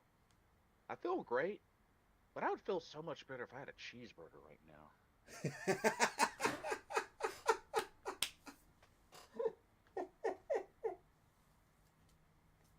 I can just imagine, oh yeah, Mahomes, he played well. Hey, where's that dude that was taking cheeseburger orders? Instead of the GMC truck that you get, you just get a lifetime supply of cheeseburgers. Dude, I can imagine like he could have sponsors out the wazoo right now. We don't even know about it. Oh my God, yes. Oh man. That's amazing, dude. But I don't know how much longer he wants to coach, but 67 years old, still going man. strong. However long he wants to, man, I'll support him. Yeah. I mean, has an incredible head coaching record. Mm-hmm. And definitely is going to go down as one of the greatest whenever he's They better have a bust of him in Canton. They better. Oh yeah, for sure. Yeah, no question. For sure. And I wouldn't mind a statue of Andy Reid. Yeah. If I was traveling through Kansas and I saw that, I'd be like, oh, heck yeah. I'd pay my respects. But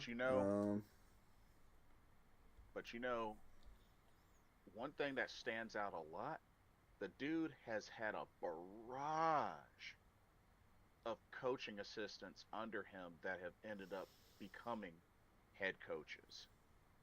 I mean, this list is insane, bro. Brad Childress, John Harbaugh, Steve Spagnuolo, Leslie Frazier, Riverboat Ron Rivera, Pat Shurmur, Todd Bowles, Doug Peterson, Sean McDermott, Norv Turner. Yep, Matt Nagy, Mike Kefka, David Culley. Yep. Like,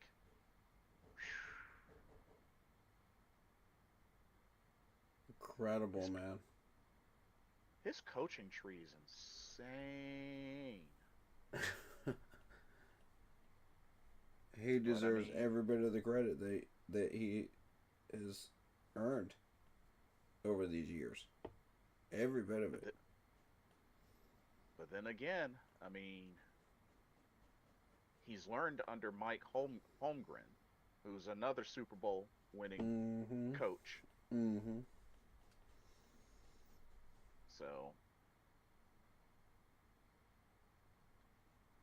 you gotta love it. You gotta love it. Yeah. But, the Chiefs would have been my second choice as an NFL team because of the history and everything else. Because I just love every part of Kansas City and how they're built, Andy Reid, everything. But, and that was before they started on this dynasty. I would have supported them. But of course, I'm a Panthers fan and will forever be a Panthers fan. You're never going to tear me away from the Panthers. But as a partial fan of Kansas City, I feel like I do have a little bit of say in that. You know what I mean? Understandable. As far as like whether they should get that Arrowhead Stadium torn down or not, because you consider how many years of history are in that stadium. My God, like if I had the ability to go up there and go and see a game in Arrowhead Stadium, I would do it. Or at least just check it out from the outside. You know, and just feel the walls and just appreciate the history of that building. And also get you some Kansas City barbecue. It's very unique. Oh, absolutely. And just truly appreciate it and pay homage, you know, to what that stadium has been as an NFL landmark. It would be an honor and a privilege as a fan. And I feel like teams from like all 32 teams fans, you know, feel that same way. Even if you're a division rival. Oh yeah, like I said, got a chance to go to Mercedes-Benz Stadium in Atlanta. It's actually a very beautiful stadium. It is. I saw it from the outside. I never got to go inside. But yeah, it's nice. It's actually nice. Well, that will be possibly on my list one day of Panthers versus Falcons games. Oh yeah. We'll see if that happens. But don't hold your breath. I don't like going into Dirty Birds territory. Yeah, them dirty birds are dirty for a reason. And they all got swept with a broom. Yep. Thankfully. Yeah. But yeah. Just chat. Who would you put as a statue for the new stadium? Let me know. I'm curious. But I don't have anything else. You? Not really.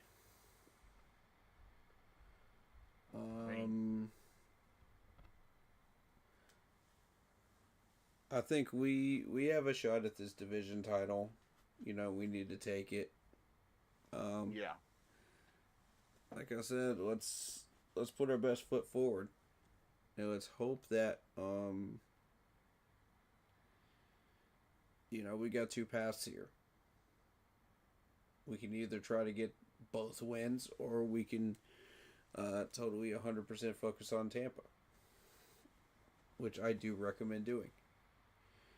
But that is up to the team and the management, what they decide to do. If we do beat Seattle, if we do break the wheel, there's the danger of dropping the Tampa game afterwards. Just a warning. Yeah. But if we do stay on the current path, we take the division, we go into the playoffs, we get a rematch against San Fran. This time we win. But that's as far as we go. Unless we face Green Bay in the next round.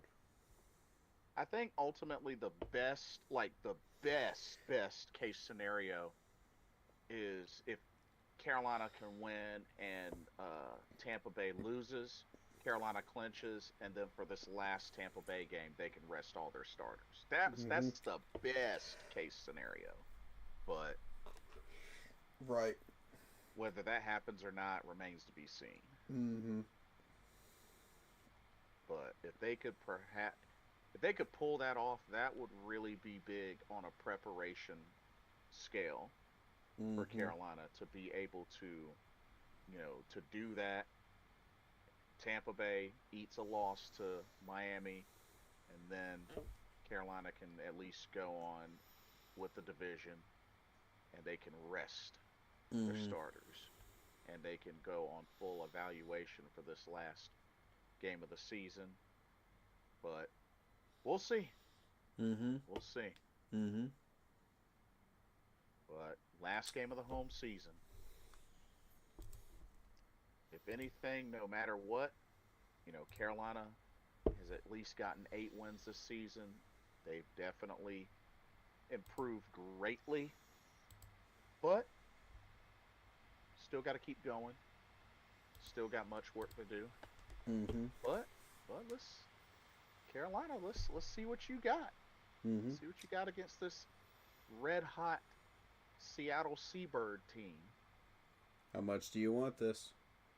Yeah, how bad do you want it? Make me regret my prediction. Same here. But yeah, that's pretty much all I have. I Alrighty. guess if you don't have anything you want to fire off your socials.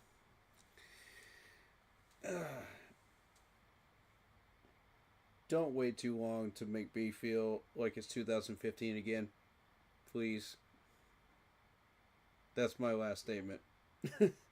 Hit the like button, hit that sub button, hit that bell, select all, leave a comment down below if you feel like doing so, and don't forget to check out the Facebook group page. Keep pounding in all caps for in-game post polls, opinions, and reactions to NFL news, such as scheduling for the channel, and for the Audio Sports app, Keep Pounding Fantasy Football League. If you like the intro you see on your screen on my channel, go check out Lindara Ty on Instagram, using her last name first, Ty, T-A-I, Lindara, Lindara, for videos, panels, etc., to expand your streaming thing. Ah, Yeah, streaming setup for streaming setup. Yep. Fair pricing, awesome to work with, and just awesome in general. Lindara Ty on Instagram. Also, be sure to check out Monster Sub and Grub out in Spartanburg, South Carolina. If you want to get yourself a tasty sub on game day to celebrate a Panthers win or to drown out a Panthers loss. Either way, it's a delicious, delicious sub. Indeed. Tell them we sent you. Tell them we love them. And we appreciate their support. Also, Vinny's Pizza in Duluth, Georgia. Get yourself some delicious pizza in Dirty Bird territory. And I guarantee you, it is worth every bite. Go check them out. Real Italian pizza. Best pizza you'll ever put in your mouth. For real. Oh, yes. And I'm told by the locals there's better pizza than that, apparently. I would love to try it. I'll be the judge of that. Oh, there we go. Shoot. But, yeah, shout out to all the people in chat. David Screws, Isaiah Sizik on my end. And, all the new likes, subs, follows. We are now at like 660 something now. It's crazy. Shout out Tom Grossi for the raids, when he has sent people through here. Awesome dude, Pat Cast, for the Packers. Also, check out Ed Oliver for the Washington Commanders. Love that dude too. Outside of our Panthers community of YouTubers. They're both content creators. Go check them out. Go give them a sub. Inside of our community, we got on 2020 we got Pat Coltrane, we got PNP, we got Black Cat Panther Podcast, C3 people are amazing. I met them. Right on. Especially Cody and Tony, love those two, man. And Panthers Pickle.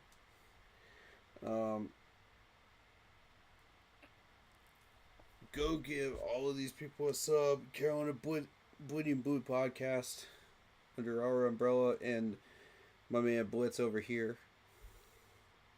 Look for gaming content. Look for wrestling content from him. Oh yeah. I do gaming content as well, and music content. And shout out my boy Kenny. He does Patriots related content on TikTok as well. Go check him out. Let's see. And we do prayer requests and good vibe requests. So anybody that wants a prayer request, especially around Christmas time, you know, we love doing that when we're not covering Panthers games live reactions. Please do request it, and we'll stop content and we'll help you. Here we go. Oh yes. The game is at 1 p.m., correct? Yes, 1 p.m. Yes. So catch us there at 1 p.m. on my channel. I don't know about Blitz, whether he's able to cover it or not, but I'll be definitely doing post-game as well. Yeah, I'll be on my way home from church and settling in, but we'll definitely chime in.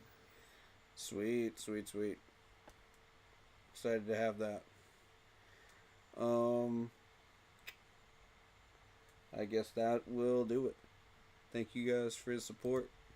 Stay happy, healthy, and well.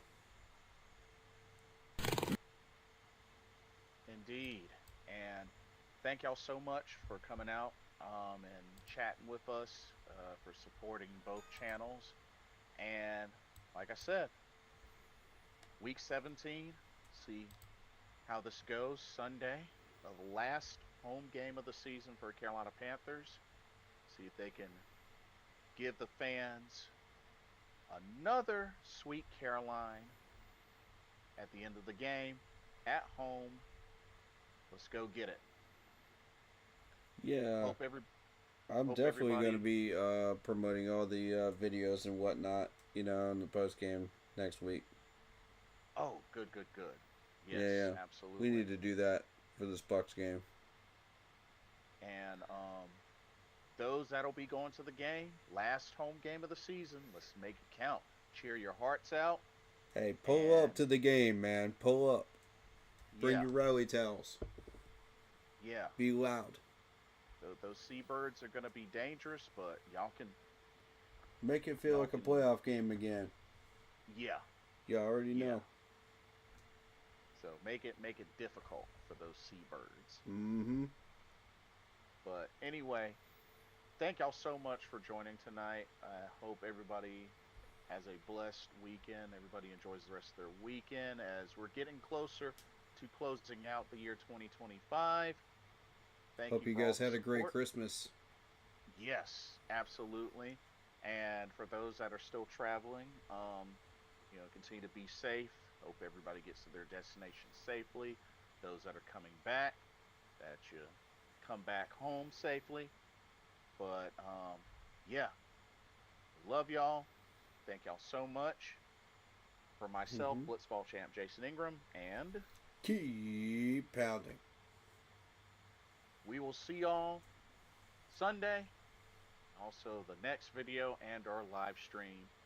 Thank y'all so much. Good night, everybody. Peace. Peace.